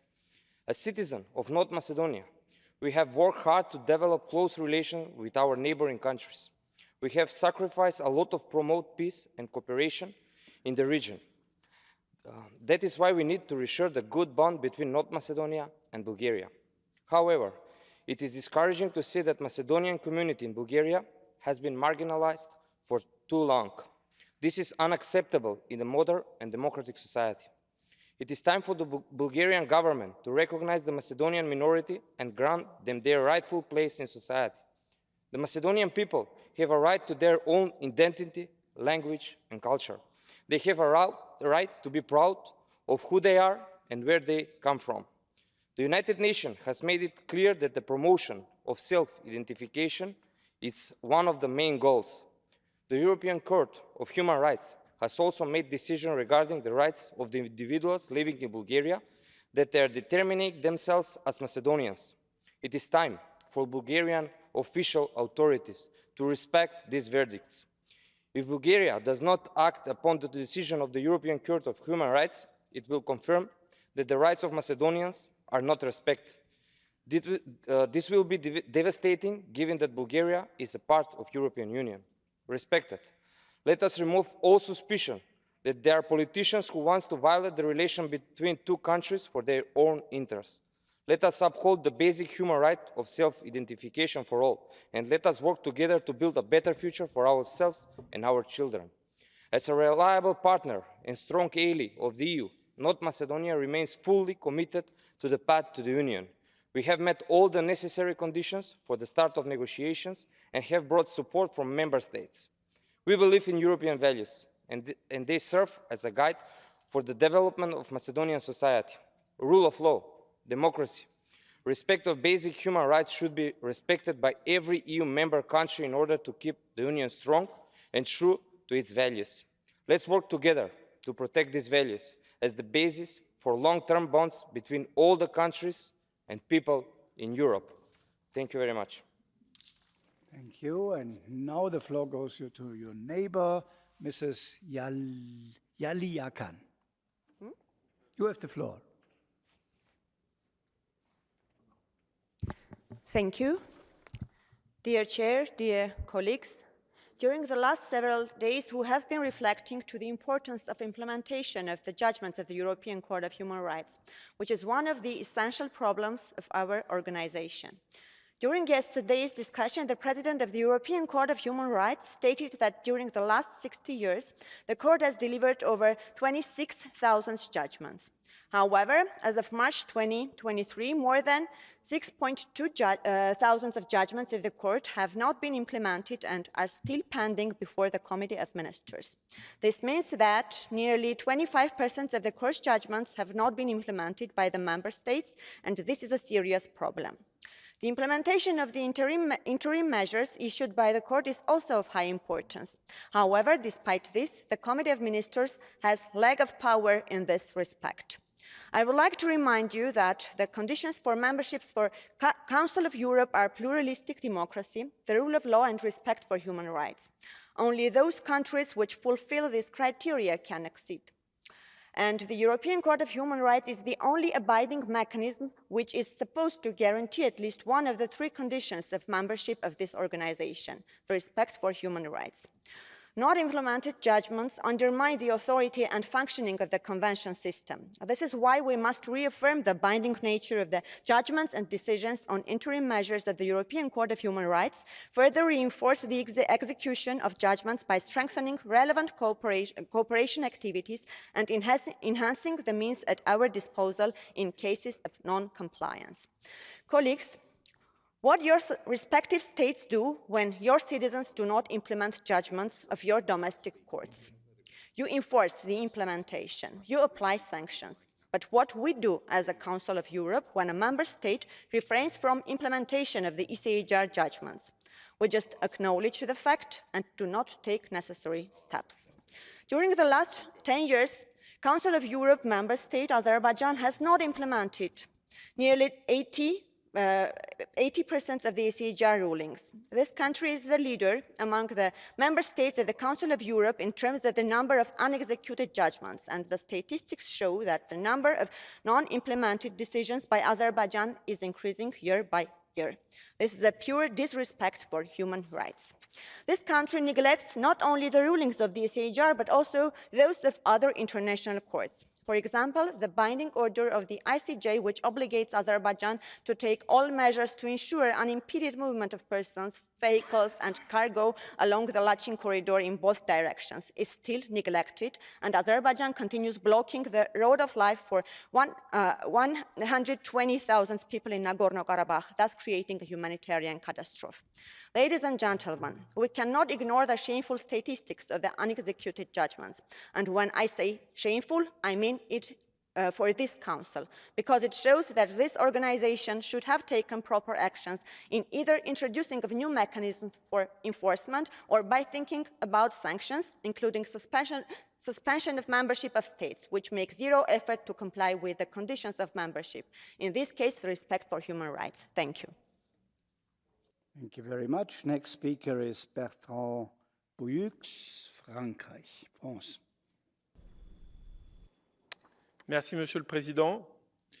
Chers collègues, l'article 46 de la Convention européenne des droits de l'homme est très clair. Je cite, « Les hautes parties contractantes s'engagent à se conformer aux arrêts définitifs de la Cour dans les litiges auxquels elles sont parties. » Au-delà de l'engagement des parties, le système de la Convention est doté d'un mécanisme de contrôle du respect de ces dispositions. Pourtant, il faut bien le dire, la tendance n'est pas bonne. En effet, la résolution fait état d'un nombre d'arrêts devant le comité des ministres passant, je cite, de 5231 à la fin de 2019 à 6 256 au 1er mars 2023. La Russie, l'Ukraine, la Roumanie, la Turquie, l'Azerbaïdjan et la Hongrie comptent le plus grand nombre d'arrêts de la Cour non mis en œuvre. Nombre de ces pays connaissent des situations de guerre et il apparaît évident qu'ils doivent faire face à de graves problèmes structurels ou complexes pour faire appliquer les décisions. Cependant, ce n'est toujours pas le cas et encore trop souvent, la non mise en œuvre des arrêts sont le reflet d'une volonté politique, voire d'une réticence à appliquer les principes auxquels l'on a pourtant souscrit. Je mets ici en garde, à la suite d'autres, contre la tentation d'opposer la souveraineté, et singulièrement la souveraineté judiciaire, au respect des principes fondamentaux qui structurent notre continent. Non, la Cour européenne des droits de l'homme ne s'immisce pas dans les affaires intérieures des États. Elle n'a à connaître qu'une partie infinitésimale des affaires. Le juge de la CEDH est avant tout le juge national. C'est à lui de faire appliquer les principes que nous avons tous en partage. La CEDH est une justice subsidiaire. Elle n'intervient qu'en dernier recours et respecte les traditions politiques et juridiques de chaque État représenté ici. Alors, d'où vient cette tentation qui existe dans chacun de nos États, au sein de partis plus ou moins représentatifs, de contester la CEDH et ses arrêts? Tout simplement de pouvoir porter atteinte à la séparation des pouvoirs et porter atteinte à l'indépendance de la justice, chose qu'ils ne peuvent pas faire avec la CEDH. Regardons une fois n'est pas coutume en dehors de notre continent. Le projet de réforme judiciaire en Israël, après d'autres pays, n'a-t-il pas pour but de soumettre l'autorité judiciaire à la volonté politique du gouvernement? Je pose la question. La vigueur de la résistance à ce projet de loi montre bien qu'il s'agit d'une bataille décisive pour la démocratie. Elle nous concerne. Pour conclure, respecter les arrêts et décisions de la CEDH, c'est pour nous tous une garantie que l'état de droit et les valeurs démocratiques seront respectés. Nous ne pouvons laisser les juridictions nationales seules face à des gouvernements qui se raidissent partout dans le monde, y compris au sein de notre propre continent, face aux menaces extérieures mais également aux forces centrifuges qui minent la cohésion des nations. Cette résolution est donc très importante. Il faudra y revenir régulièrement. Je vous remercie. Thank you. I call next Mr. Cevikus from Turkey, Socialist. Yeah. You look surprised, but Mr. Cevikus from Turkey, you wouldn't like to speak? Yeah, you're next on the list. The floor is yours. Thank you, Madam President. I was expecting David Morris to take the floor, actually. Dear President, distinguished members of the Assembly, allow me first of all to express my congratulations to the rapporteur of this report on the implementation of judgments of the European Court of Human Rights. I imagine that it required a lot of commitment and a very laborious working plan and program to compile such a comprehensive report about many countries. Respect for human rights, democracy and the rule of law are three very important pillars of the Parliamentary Assembly of Council of Europe. Let us also remember the fact, which is reminded to us in the report, that implementation of the court's judgment is binding on all branches of state authority and cannot be avoided through the invocation of technical problems or obstacles which are due to the lack of political will, lack of resources, or national legislation, including the Constitution. Yesterday, we reviewed and adopted a report and a resolution on European Convention on Human Rights and national constitutions. I find it quite pertinent that the report we are reviewing today is a corollary to yesterday's report. Yesterday's report entails the view that full respect of the Convention and the national constitutional order is not antithetical, but fully complementary. It is therefore necessary to implement in good faith the binding judgments of court in line with the obligations in Article 46, paragraph 1 of the Convention, which are of an unconditional nature and in full respect for the rule of law. I would like to reiterate in that respect that according to Article 90 of the Turkish Constitution, the final judgments of the European Court of Human Rights are also binding.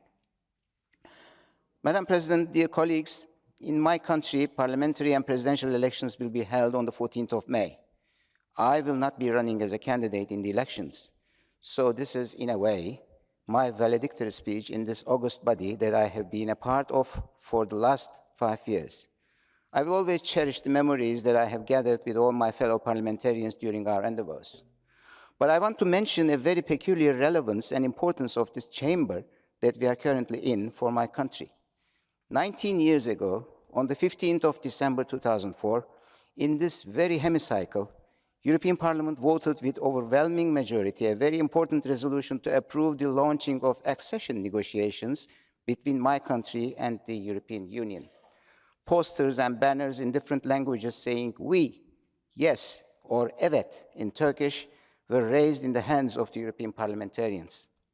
I am certain that after the elections, my country will show up again in the Council of Europe with a strong mandate to reinforce its place among the members of this community of nations, respecting human rights, democracy, rule of law, and with the implementation of judgments of the European Court of Human Rights.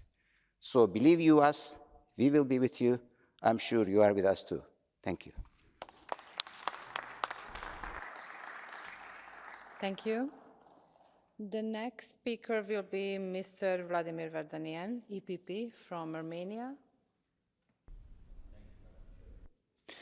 Thank you, Madam Chair. Honorable colleagues, first of all, let me express the words of gratitude and congratulate Mr. Eustachio for this report. But I would just ask a rhetorical question. Why, after 70 years of existence of the European Court of Human Rights and this organization, we are still discussing the issue of implementation, but rather non-implementation of the judgments of the European Court of Human Rights? Why is it still not a taboo? Why still we cannot say to the states, you know, if you are not implementing the rulings of the European Court of Human Rights, it's a taboo, and this is the final days to you in this organization? Because very often we are actually afraid of different developments in different countries. I don't want to address non-implementation policy of this or that country. I would rather address to the issue how long we are going to tolerate a situation where we as politicians actually by our inaction undermining the existence of international judiciary. And why we are concentrating on the final judgment? Unfortunately, international justice is a slow one. And very often, to get the real justice, you need also to implement interim measures, which are the basis very often for this or that final judgment. Unfortunately, the Committee of Ministers don't want to be engaged in this process because, you know, it's an additional headache. But you remember, honorable colleagues, that in several resolutions we raised this issue. This is quite important, not to mention only one case. Mr. Chop mentioned Kavala case is quite important, but Mr. Chop, we should also mention other cases.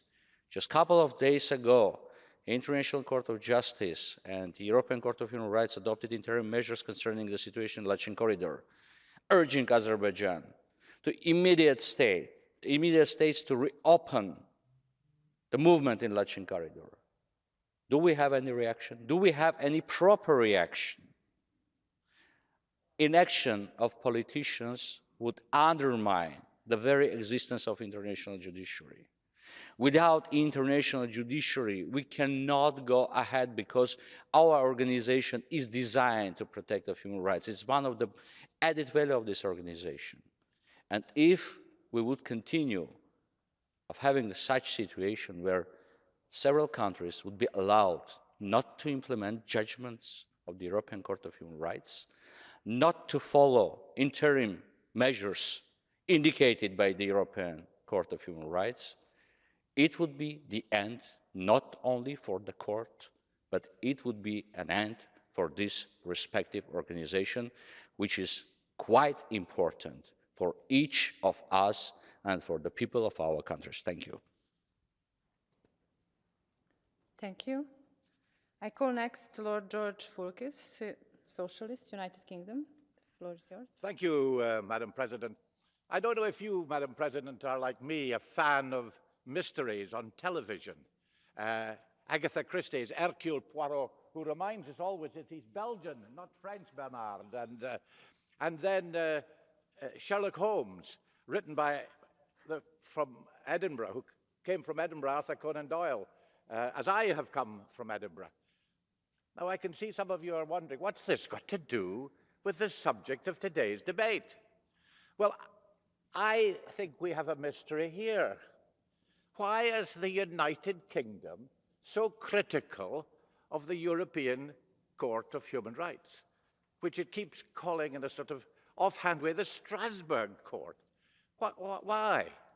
After all, the United Kingdom has the fewest number of referrals to the Strasbourg Court, and even fewer number of critical decisions. So this is the mystery. It surely can't be it because we're at odds with the European Court in terms of its judgments.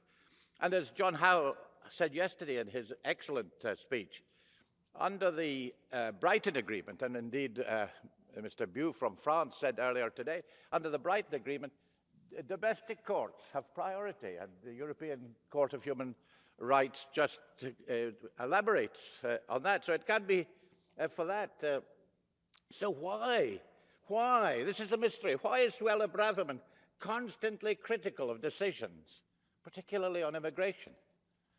Now, it can't be because she's against asylum seekers. After all, her ancestors were asylum seekers and were granted permission to come into the United Kingdom.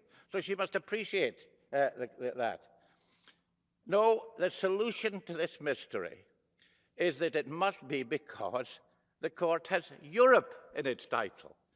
And somehow they're antagonistic towards anything that has Europe in its title. Well, my message to her, and I hope all our message, is to Suella Braverman: lay off the European Court of Human Rights. After all, as Christopher Chope rightly said, there are decisions about countries which are 10 times, 100 times worse than the United Kingdom in terms of human rights that should be implemented to protect the people of Europe. So we should be standing up for the European Court of Human Rights. And if Suella Braverman does not follow this example, then she'll end up as a footnote of history, like Theresa May, Liz Truss, and Boris Johnson, instead of being one of the great people of history, in fact, who had the building that we came through from our palais to here. The building is named after him. Surely she would want to be on the plinth along with Winston, Spencer, Churchill. That is where Britain should be, not in the footnote of history. Thank you. I call next Madame Isabel Meles from Portugal, EPP. Merci, Madame la Présidente, chers collègues. Notre Assemblée parlementaire apporte depuis toujours une contribution très importante à la surveillance de la mise en œuvre des arrêts de la Cour européenne, car on considère une priorité ces droits. Pourtant, Osman Kavala, défenseur des droits humain turc, qui a participé à la création de nombreux mouvements de la société civile et des ONG dont les activités touchent les droits humains, à la culture, aux études sociales, à la réconciliation historique et à la protection de l'environnement. Pourtant, il a été arrêté en 2017. Il a été accusé de tentative de renversement du gouvernement dans le cadre des événements du parc de Jézid de 2013 et de renversement de l'ordre constitutionnel dans le cadre de la tentative de coup d'État de juillet 2016. La Cour a estimé que cette arrestation et cette détention provisoire avaient eu lieu en absence de preuves, d'éléments de preuve, seulement avec le but de réduire au silence et dissuader d'autres défenseurs des droits humains. Le gouvernement turc devait procéder à sa libération immédiatement. La Turquie ne s'est pas conformée à cet arrêt de la Cour et plus que ça, la Grande Chambre a conclu que la Turquie avait manqué à son obligation de se conformer aux arrêts. La non-mise en œuvre d'une décision judiciaire définitive et obligatoire risquerait de créer des situations incompatibles avec le principe de l'état de droit. Le 25 avril 2022, la Cour d'assises de la Turquie a condamné, même après l'arrêt de la Cour, à une réclusion perpétuée aggravée. Il est privé de liberté depuis cette date. Il est difficile de comprendre comment la justice turque a pu conclure qu'il avait suffisamment de preuves pour une condamnation. Les autorités turques ont cherché à contester les conclusions claires de la Cour européenne. Et cette affaire illustre bien les obstacles procédurels auxquels recourt un État pour essayer de ne pas mettre en œuvre en temps utile un arrêt de la Cour, en particulier si ce manquement est dû à une volonté politique. Cette Assemblée devait indiquer que cette situation est inacceptable et menace l'ensemble du système de la Convention. Et là, je suis d'accord et je supporte notre collègue Sir Christopher Schopp et j'exhorte la Turquie et je vous invite aussi à le faire pour que M. Osman Kavala soit libéré le plus sans tarder. Merci. Thank you. Dear colleagues, I would urge you to take care of the time, so you have a watch, please look at it. I call next in a debate Mrs. Elena Simona Spataru from Romania. She's not sitting on her place, so probably she withdrawn. I call next Sir Edward Late, European Conservatives, United Kingdom. Yeah. Well, Lord Fuchs is a lovely man, but I seldom agree with much of what he says. Of course, he's a fanatical pro-European. There's nothing wrong with that. He's entitled to his views, but he's constantly lecturing us about how the British people made a terrible mistake in leaving the European Union, although, dare I say it, he is an unelected member of the unelected House of Lords, whereas I'm elected by 75,000 people. 60% of my constituency voted to leave, and 17 million people in the United Kingdom voted to leave. And really, when he praises the Court of Human Rights, he needs to surely take account of a very recent case. If you listen to my friend Lord Fuchs, who, as I agree, is a wonderful parliamentarian, and I have nothing against him personally, you would think that we had had no trouble with the Court of Human Rights. Has he forgotten a case that actually I mentioned in this very chamber yesterday? We are facing, has not Lord Fuchs noticed, an unprecedented crisis in the Channel, with boats pouring across the Channel at grave risk to human life, being organised by criminal gangs. So with a mandate from the people, our government is seeking to end this humanitarian crisis. And this is what the Rwanda case is about. In the case of KN v. the United Kingdom, the Strasbourg court granted an interim measure before our own Supreme Court had ruled on the case. The European Court of Human Rights gave no indication that a substantive application had been made to it, most likely because the applicant had not yet exhausted the domestic legal remedies available to him.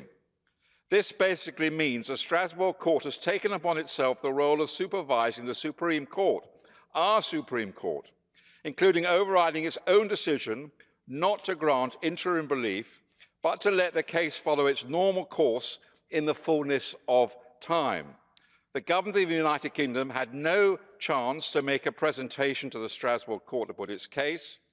This, Lord Fuchs, is patently unfair and unjust. Interim measures granted by the European Court of Human Rights are themselves extra-conventional. They do not form part of the European Convention itself. But the court has expanded its own powers in recent years by indicating that so far as it is concerned, the failure to comply with its interim measures will be considered a breach of Article 34. That provides that the ECHR may receive individual applications and that states may not hinder this. The European Convention is a compact of international law. It is an agreement freely made and freely signed up to by individual states. Any change to the powers of the European Court of Human Rights should be debated and agreed in a transparent manner by democratically accountable governments, Lord Fuchs, and that has not happened in this case. Thank you very much. Thank you. I would also like to remind again all of us that 3 minutes is 3 minutes, as the President would say in every member state. In the debate, I call next Mrs. Ingerd Schou, EPP from Norway. Madam President, the European Court of Human Rights is the cornerstone of our organization. 675 million Europeans have their human rights protected by our court.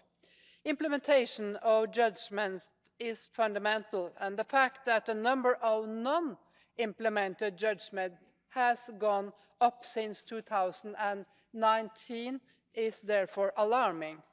Being a member, Madam President, of the Council of Europe commits. Judgment from the court can't simply be ignored. So, President, how can we ensure a higher rate of implementation? The work of the Committee of Ministers is key. I agree with our rapporteur that the Committee of Ministers must continue to exert pressure on all member states which systematically doesn't implement judgment. We saw the continuous pressure finally led to implementation of the Mammadov versus Azerbaijan case. And I believe that the same pressure on Turkey can lead to the implementation of the court's judgment in the Kavala case.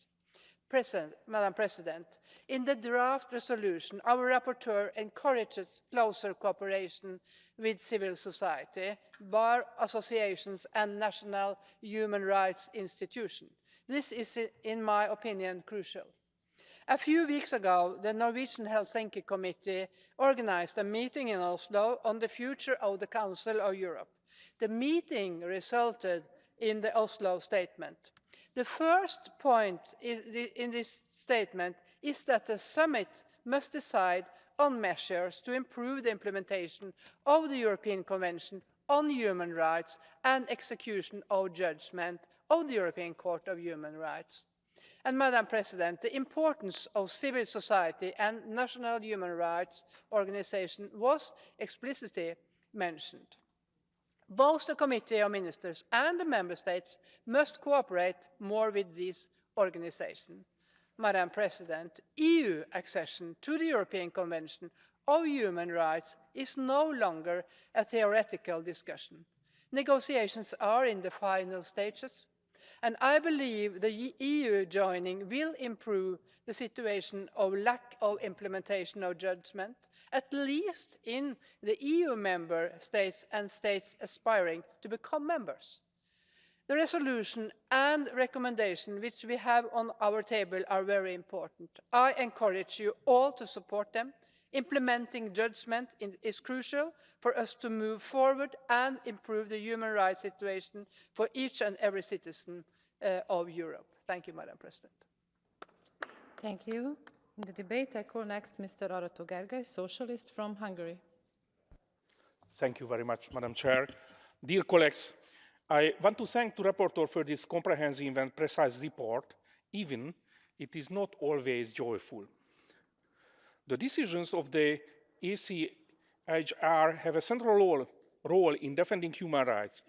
Many times, this court is the last hope of the citizens seeking truth in their personal cases.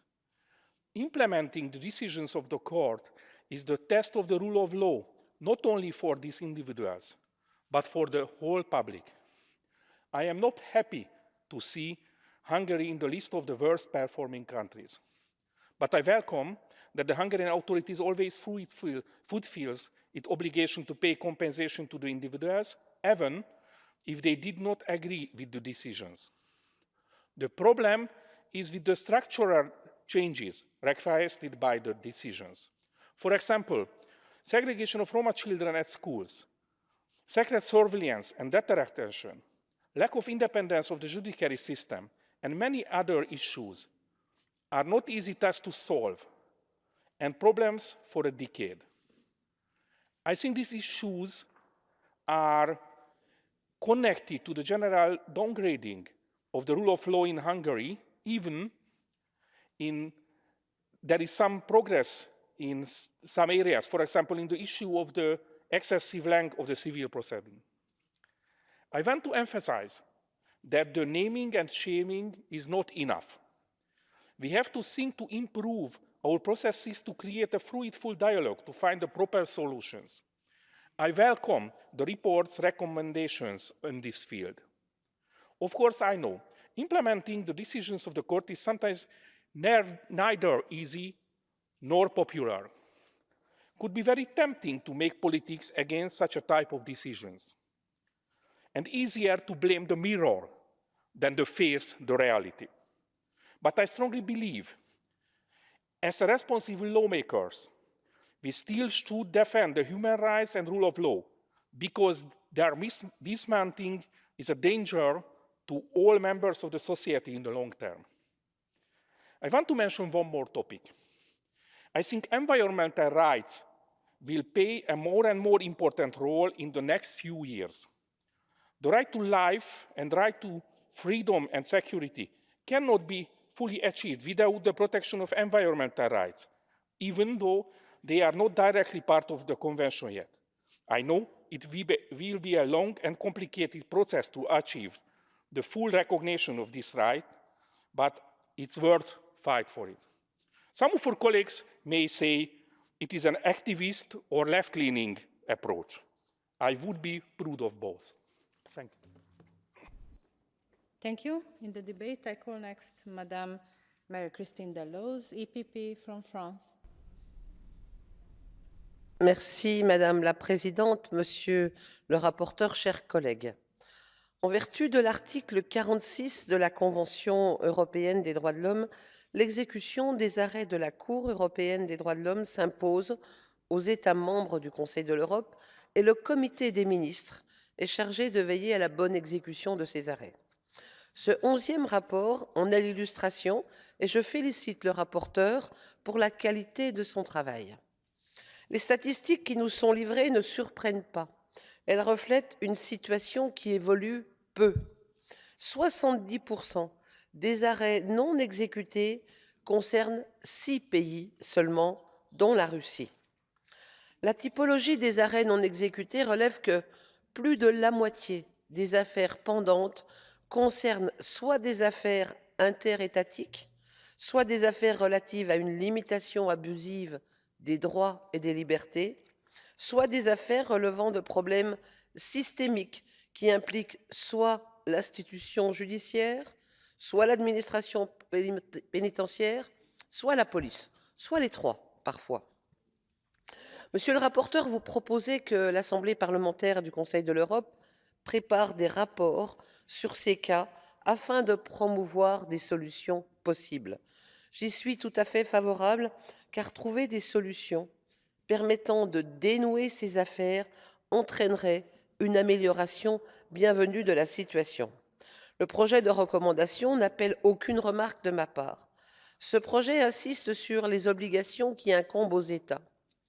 Je souhaite pourtant commenter le point 7.8, qui incite les États à veiller à ce que leur législation nationale renforce la capacité nationale d'exécuter les arrêts de la Cour. Je ne remets bien évidemment pas en cause la primauté des arrêts de la Cour européenne des droits de l'homme sur les décisions des juridictions nationales. J'attire cependant votre attention sur le fait que les arrêts concernant des affaires sensibles peuvent parfois être perçus comme difficiles à accepter par les citoyens. Le sentiment de se voir imposer des décisions supranationales remettant en cause le système judiciaire national est de plus en plus fréquent et engendre un rejet viscéral de l'Europe au sens large, rejet malheureusement entretenu par les formations politiques extrêmes. La démocratie est fragile, dangereusement menacée par le populisme. Veillons à ne pas l'encourager. Ainsi, appeler à une éventuelle modification de la législation nationale peut paraître intrusif. Il me semble que si l'on veut une meilleure acceptation des arrêts de la Cour, il faut également faire preuve de pédagogie, expliquer aux citoyens en quoi une décision vise en fait à permettre le respect des valeurs essentielles pour la démocratie. Il faut constamment mettre en avant nos belles valeurs. C'est à cette condition que les modifications législatives nationales nécessaires pourront être accueillies favorablement. Je vous remercie.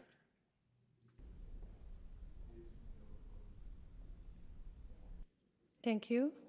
I call next Mrs. Sabina Čudić, ALDE from Bosnia and Herzegovina.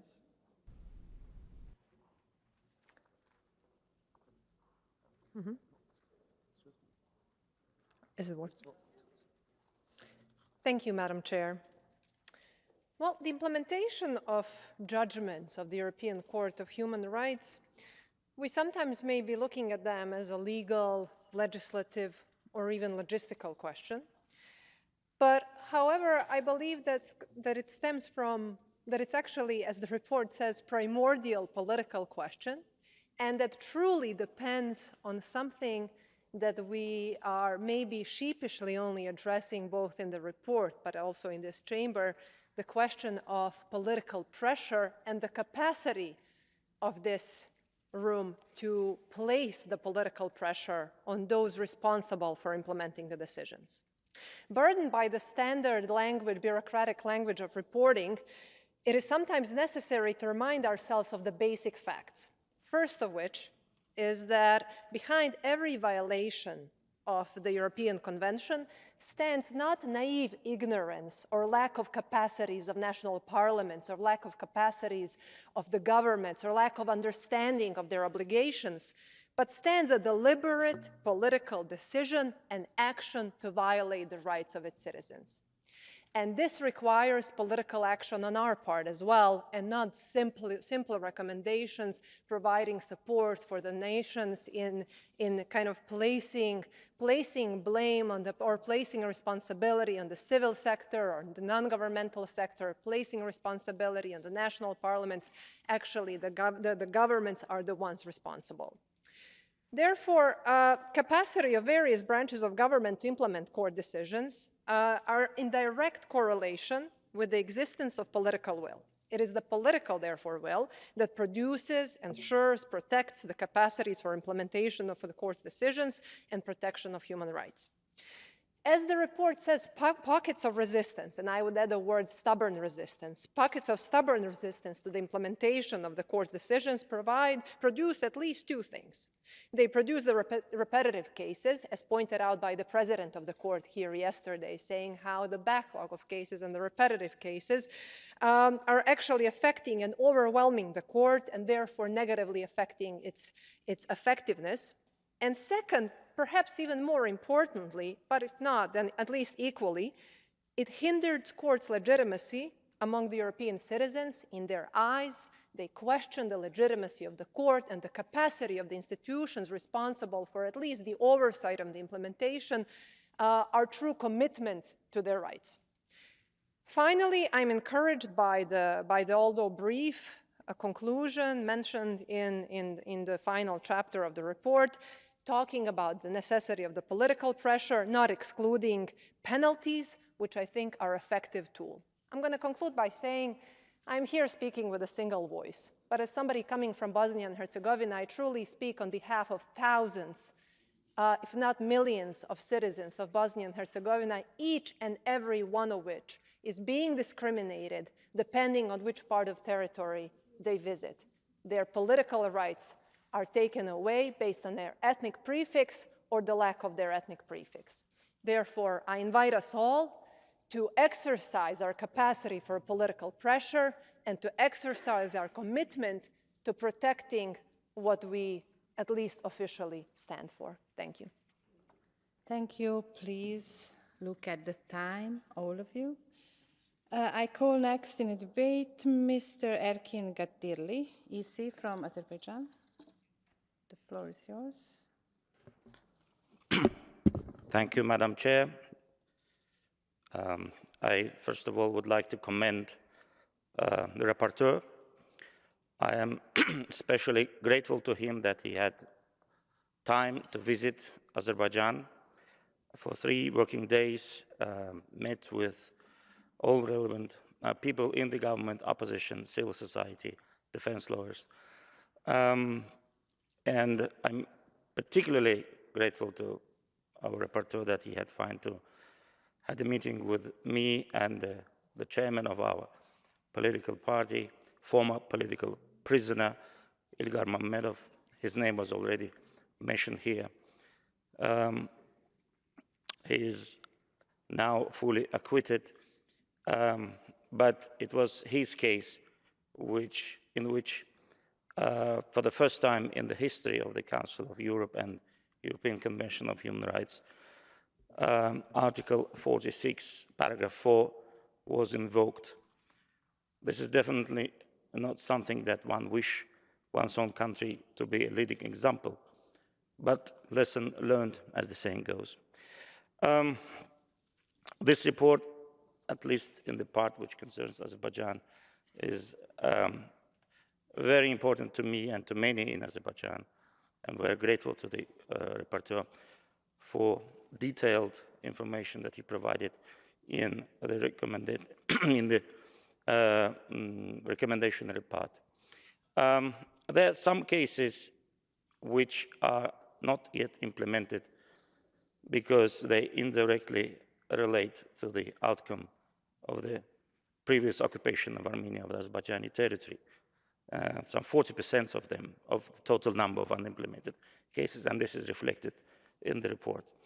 There are cases, there are not that many, of course, which can simply be not implemented until there is a peace between Armenia and Azerbaijan, such as cases Chiragov and others against Armenia, or Sargsyan against Azerbaijan.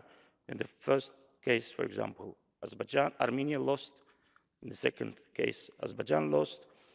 But to implement those cases, a peace needs to be established.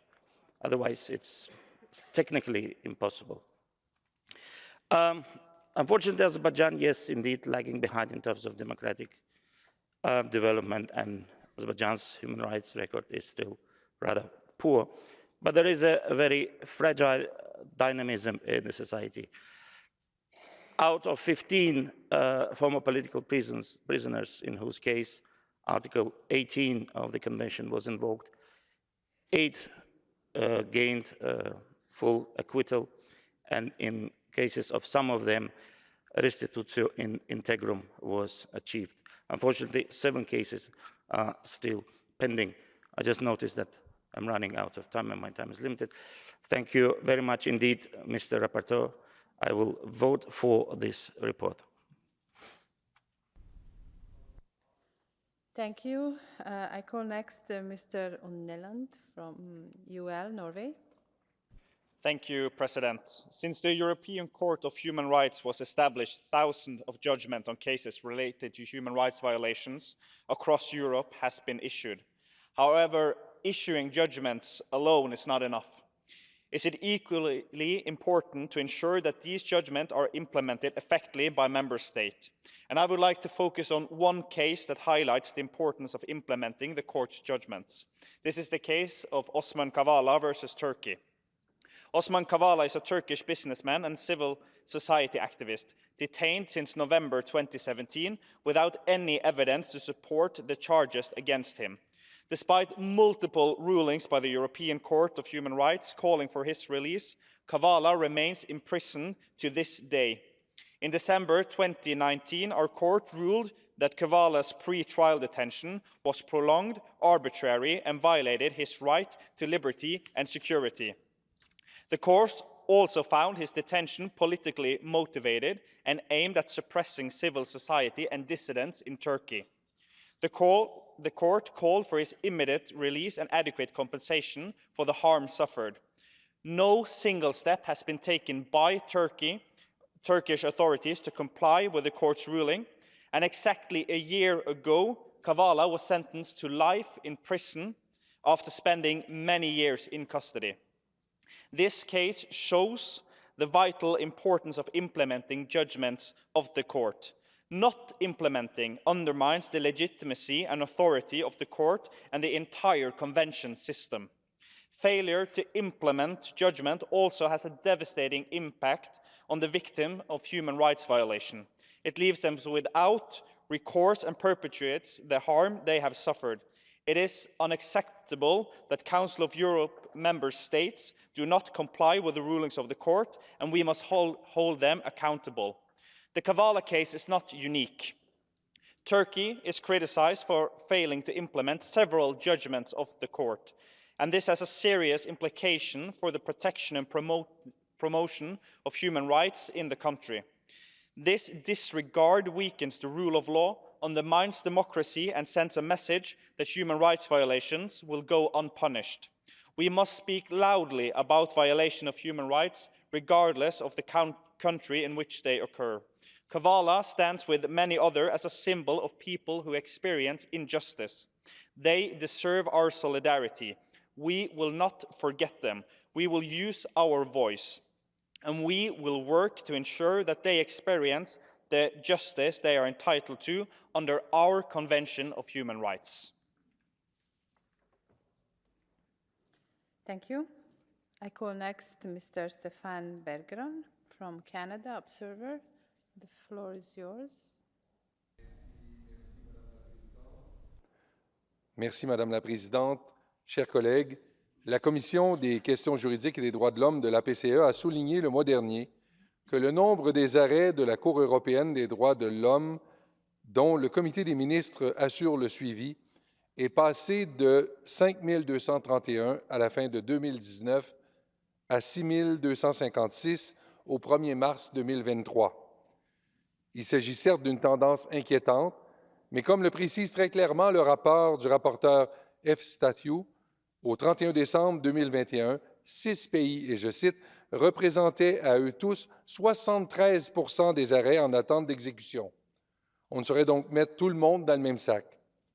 Étant donné que la Russie conserve l'obligation de respecter les arrêts de la Cour et qu'elle présente, et de loin, le plus mauvais bulletin à ce chapitre, j'ai été heureux de constater qu'une recommandation destinée au Comité des ministres avait été formulée en faveur d'une stratégie, et je cite, visant à assurer la surveillance continue de l'exécution des arrêts en attente d'exécution à l'égard de la Russie, ainsi que ceux que la Cour adoptera à l'avenir dans les limites de sa compétence.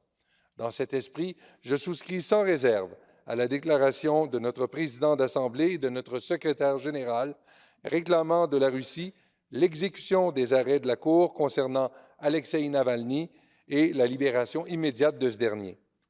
J'aurais pu vous parler des démêlés de l'Espagne dans la foulée de sa répression du mouvement démocratique en faveur de l'indépendance de la Catalogne, mais je me contenterai, dans le temps qu'il me reste, de vous exprimer mes vives inquiétudes par rapport à la situation qui prévaut toujours dans le corridor de Latchin. Le 21 décembre dernier, la Cour a indiqué que le gouvernement azéri devait prendre toutes les mesures relevant de sa compétence pour assurer le passage en toute sécurité par le corridor de Latchin des personnes gravement malades ayant besoin d'un traitement médical en Arménie et des autres personnes bloquées sur la route sans abri ni moyens de subsistance. La Cour internationale de justice a ensuite ordonné à l'Azerbaïdjan de mettre fin au blocage du corridor de Latchin. Au Comité des affaires étrangères de la Chambre des communes, j'ai proposé une motion qui fut adoptée à l'unanimité demandant aux autorités azéries de rouvrir le corridor et je cite, de garantir la liberté de mouvement afin d'éviter toute détérioration de la situation humanitaire. Compte tenu des graves pénuries qui perdurent et qui s'accentuent dans le Haut-Karabakh, je veux que nos collègues assyriens comprennent que le monde n'a pas oublié ce blocage inacceptable qui contrevient aux termes du cessez-le-feu auquel leur pays a pourtant souscrit. En guise de conclusion, le rapport du rapporteur Efstasiou souligne le fait, et je cite, qu'une bonne proportion des affaires de la Cour européenne des droits de l'homme en attente d'exécution en Azerbaïdjan concernent les conséquences de ce conflit. Je me joins donc au rapporteur pour exhorter l'Azerbaïdjan à mettre en œuvre, dis-je, ces arrêts de la Cour qui relèvent, précise-t-il, je cite, de la démocratie et de l'état de droit. Je vous remercie de votre attention. Thank you. And the last speaker for tonight will be Mr. Yildiz from Turkey. Thank you, Madam Chair. Once again, Turkey is being criticized here in a discriminatory manner. I am frank about this. First of all, the verdicts of the court are binding for all, not just for Turkey. The ratio of implementation by Turkey is 89%. The average is 80. I raised this issue several times, giving the examples of unimplemented, very important verdicts and not enforced by the Committee of Ministers in many meetings of the committees with the presidents of the Assembly, with the Secretary General of the Council of Europe. Every time they say, you are right. They also must be implemented. So Ingrid asked us a valid question, how to ensure a better implementation. I will repeat my answer to this, which I gave in the committee. The British colleague interpreted or distorted my comments in the committee. What I said there is that, unfortunately, the Committee of Ministers is making selective enforcement. I gave them the examples, very important verdicts not implemented by other countries for 10 years, 15 years. When we ask, they say, you are right, just you are right. And I urged the members of the committee to talk to their ambassadors and ministers. If we have discrimination, what are we talking about here, even in the implementation of the courts? On the other hand, another mistake, full mistake by British colleague, Turkey is not grant payer for 6 years, since 6 years. And Turkey, if he listens to the rapporteurs in the Bureau, in the committees, in the General Assembly, Turkey is fully cooperating with the rapporteurs on the issue. On the other hand, we had sent some notes to the rapporteur on correcting some mistakes, especially on issues of Cyprus, especially about the verdicts of the court recognizing the property commission as a legal remedy. He didn't. That's why the report is missing many points, and I will vote against this report. Hope to see a better and implementation in the future. Then this selective approach is questioned rightfully, not just by me, by everybody. I hope it will be addressed. I never criticized any court ruling, neither national nor European court. I just criticized the Committee of Ministers on this selective approach. Believe me, please check record of your countries and other countries. You will see what I mean. Thank you. Dear colleagues, I must now interrupt the list of speakers. The speeches of members on the speakers list who have been present during the debate but have not been able to speak may be given to the table office for publication in the official report.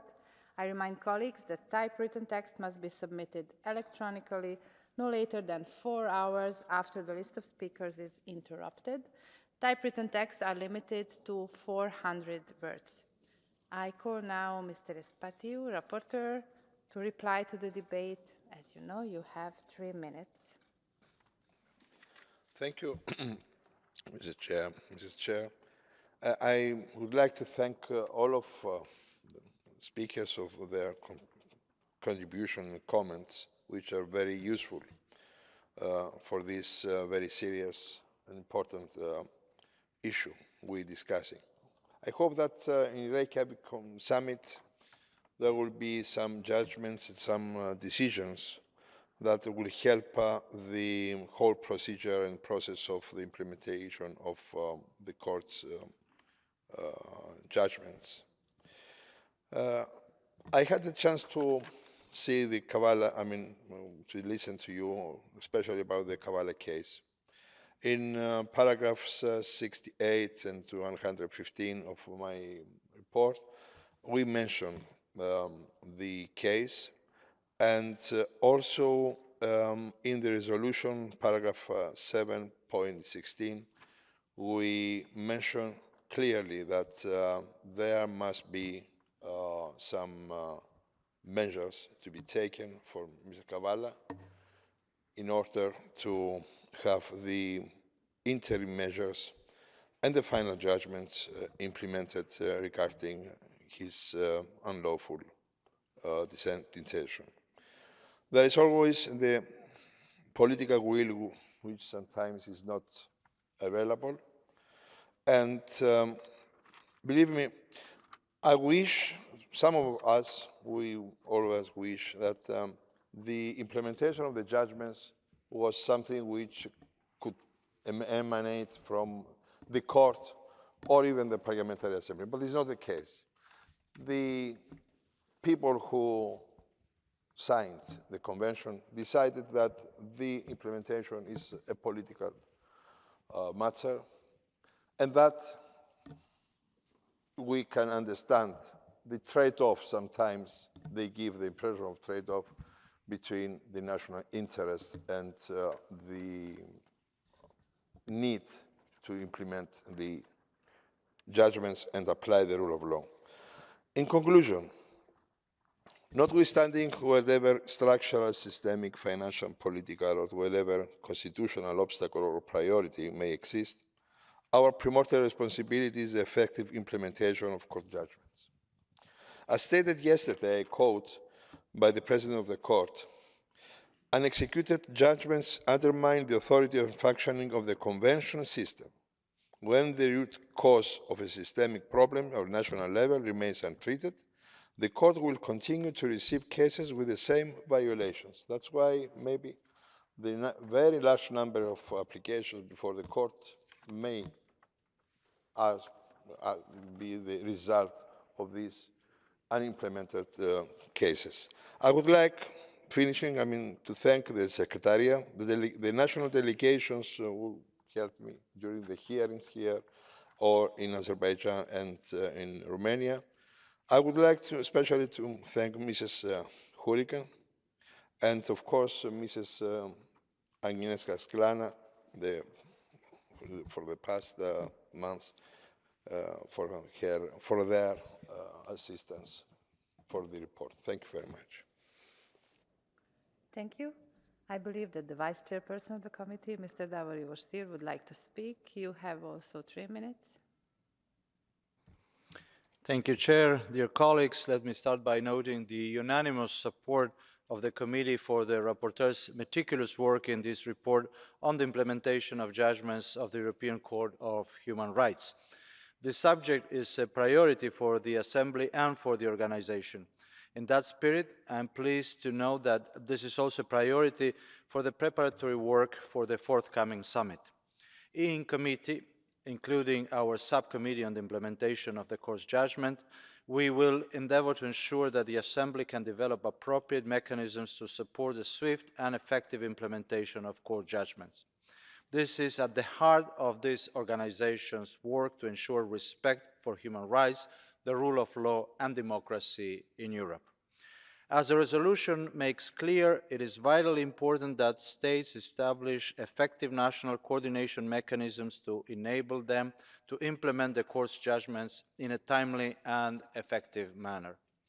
I will look forward to undertaking work in committee and our subcommittee following this report to support national parliaments and parliamentarians to carry out the legislative reforms needed to implement Court judgments and to hold our governments to account for taking timely steps to implement Court judgments.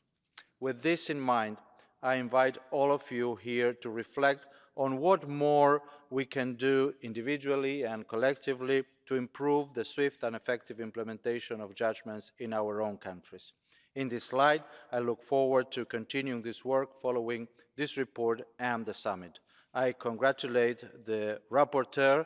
I appreciate, of course, the work of the Secretariat, and I thank you all for your attention. Thank you. The debate is closed. The Committee on Legal Affairs and Human Rights has presented the draft resolution, document 15742, to which 2 amendments have been tabled, and the draft recommendation, to which no amendments have been tabled. Amendments are listed in the compendium. We will start with consideration of the draft resolution and will then consider the draft recommendation. I understand that the Vice Chairperson of the Committee on Legal Affairs and Human Rights wishes to propose to the Assembly that Amendments 1 and 2 to the draft resolution, document 15724, which were unanimously approved by the Committee, should be declared as agreed by the Assembly. Yeah, that's the case. Does anyone object? If so, please ask for the floor by raising your hand. No one objects. Yeah, as there is no objection, we will now continue with voting on resolution. We will now proceed to vote on the draft resolution contained in document 15724 as amended. A simple majority is required. The vote is now open.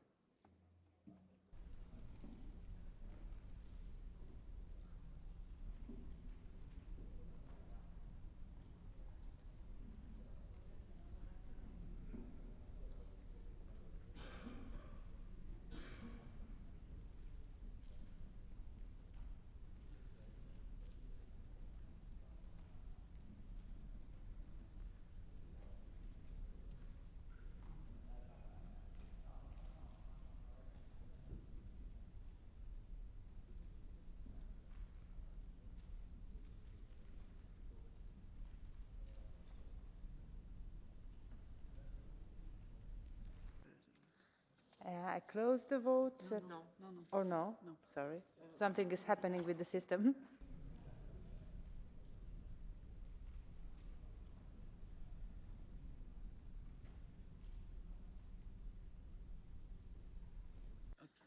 So, dear colleagues, there is a technical problem, and they need 1 minute of technical stuff to relaunch the voting. So we will vote again on the resolution, if you agree. Sorry.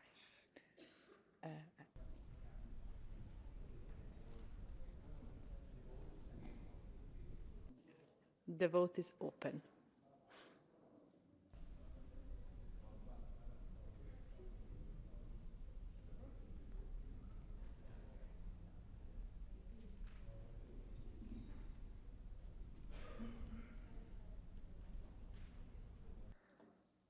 The vote is closed.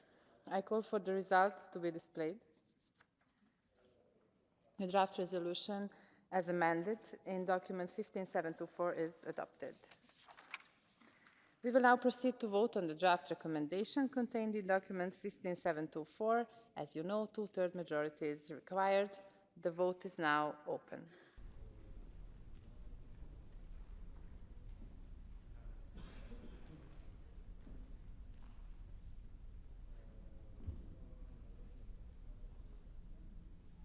The vote is closed. I call for the result to be displayed. The draft recommendation in document 15724 is adopted. Congratulations. The Assembly will hold its next public sitting tomorrow afternoon at 2:30 p.m. with the agenda for the sitting. I would like to remind those members who are not attending the remainder of this part session to return your voting cards to the dedicated box at the entrance to the chamber before leaving the Palais. The sitting is adjourned.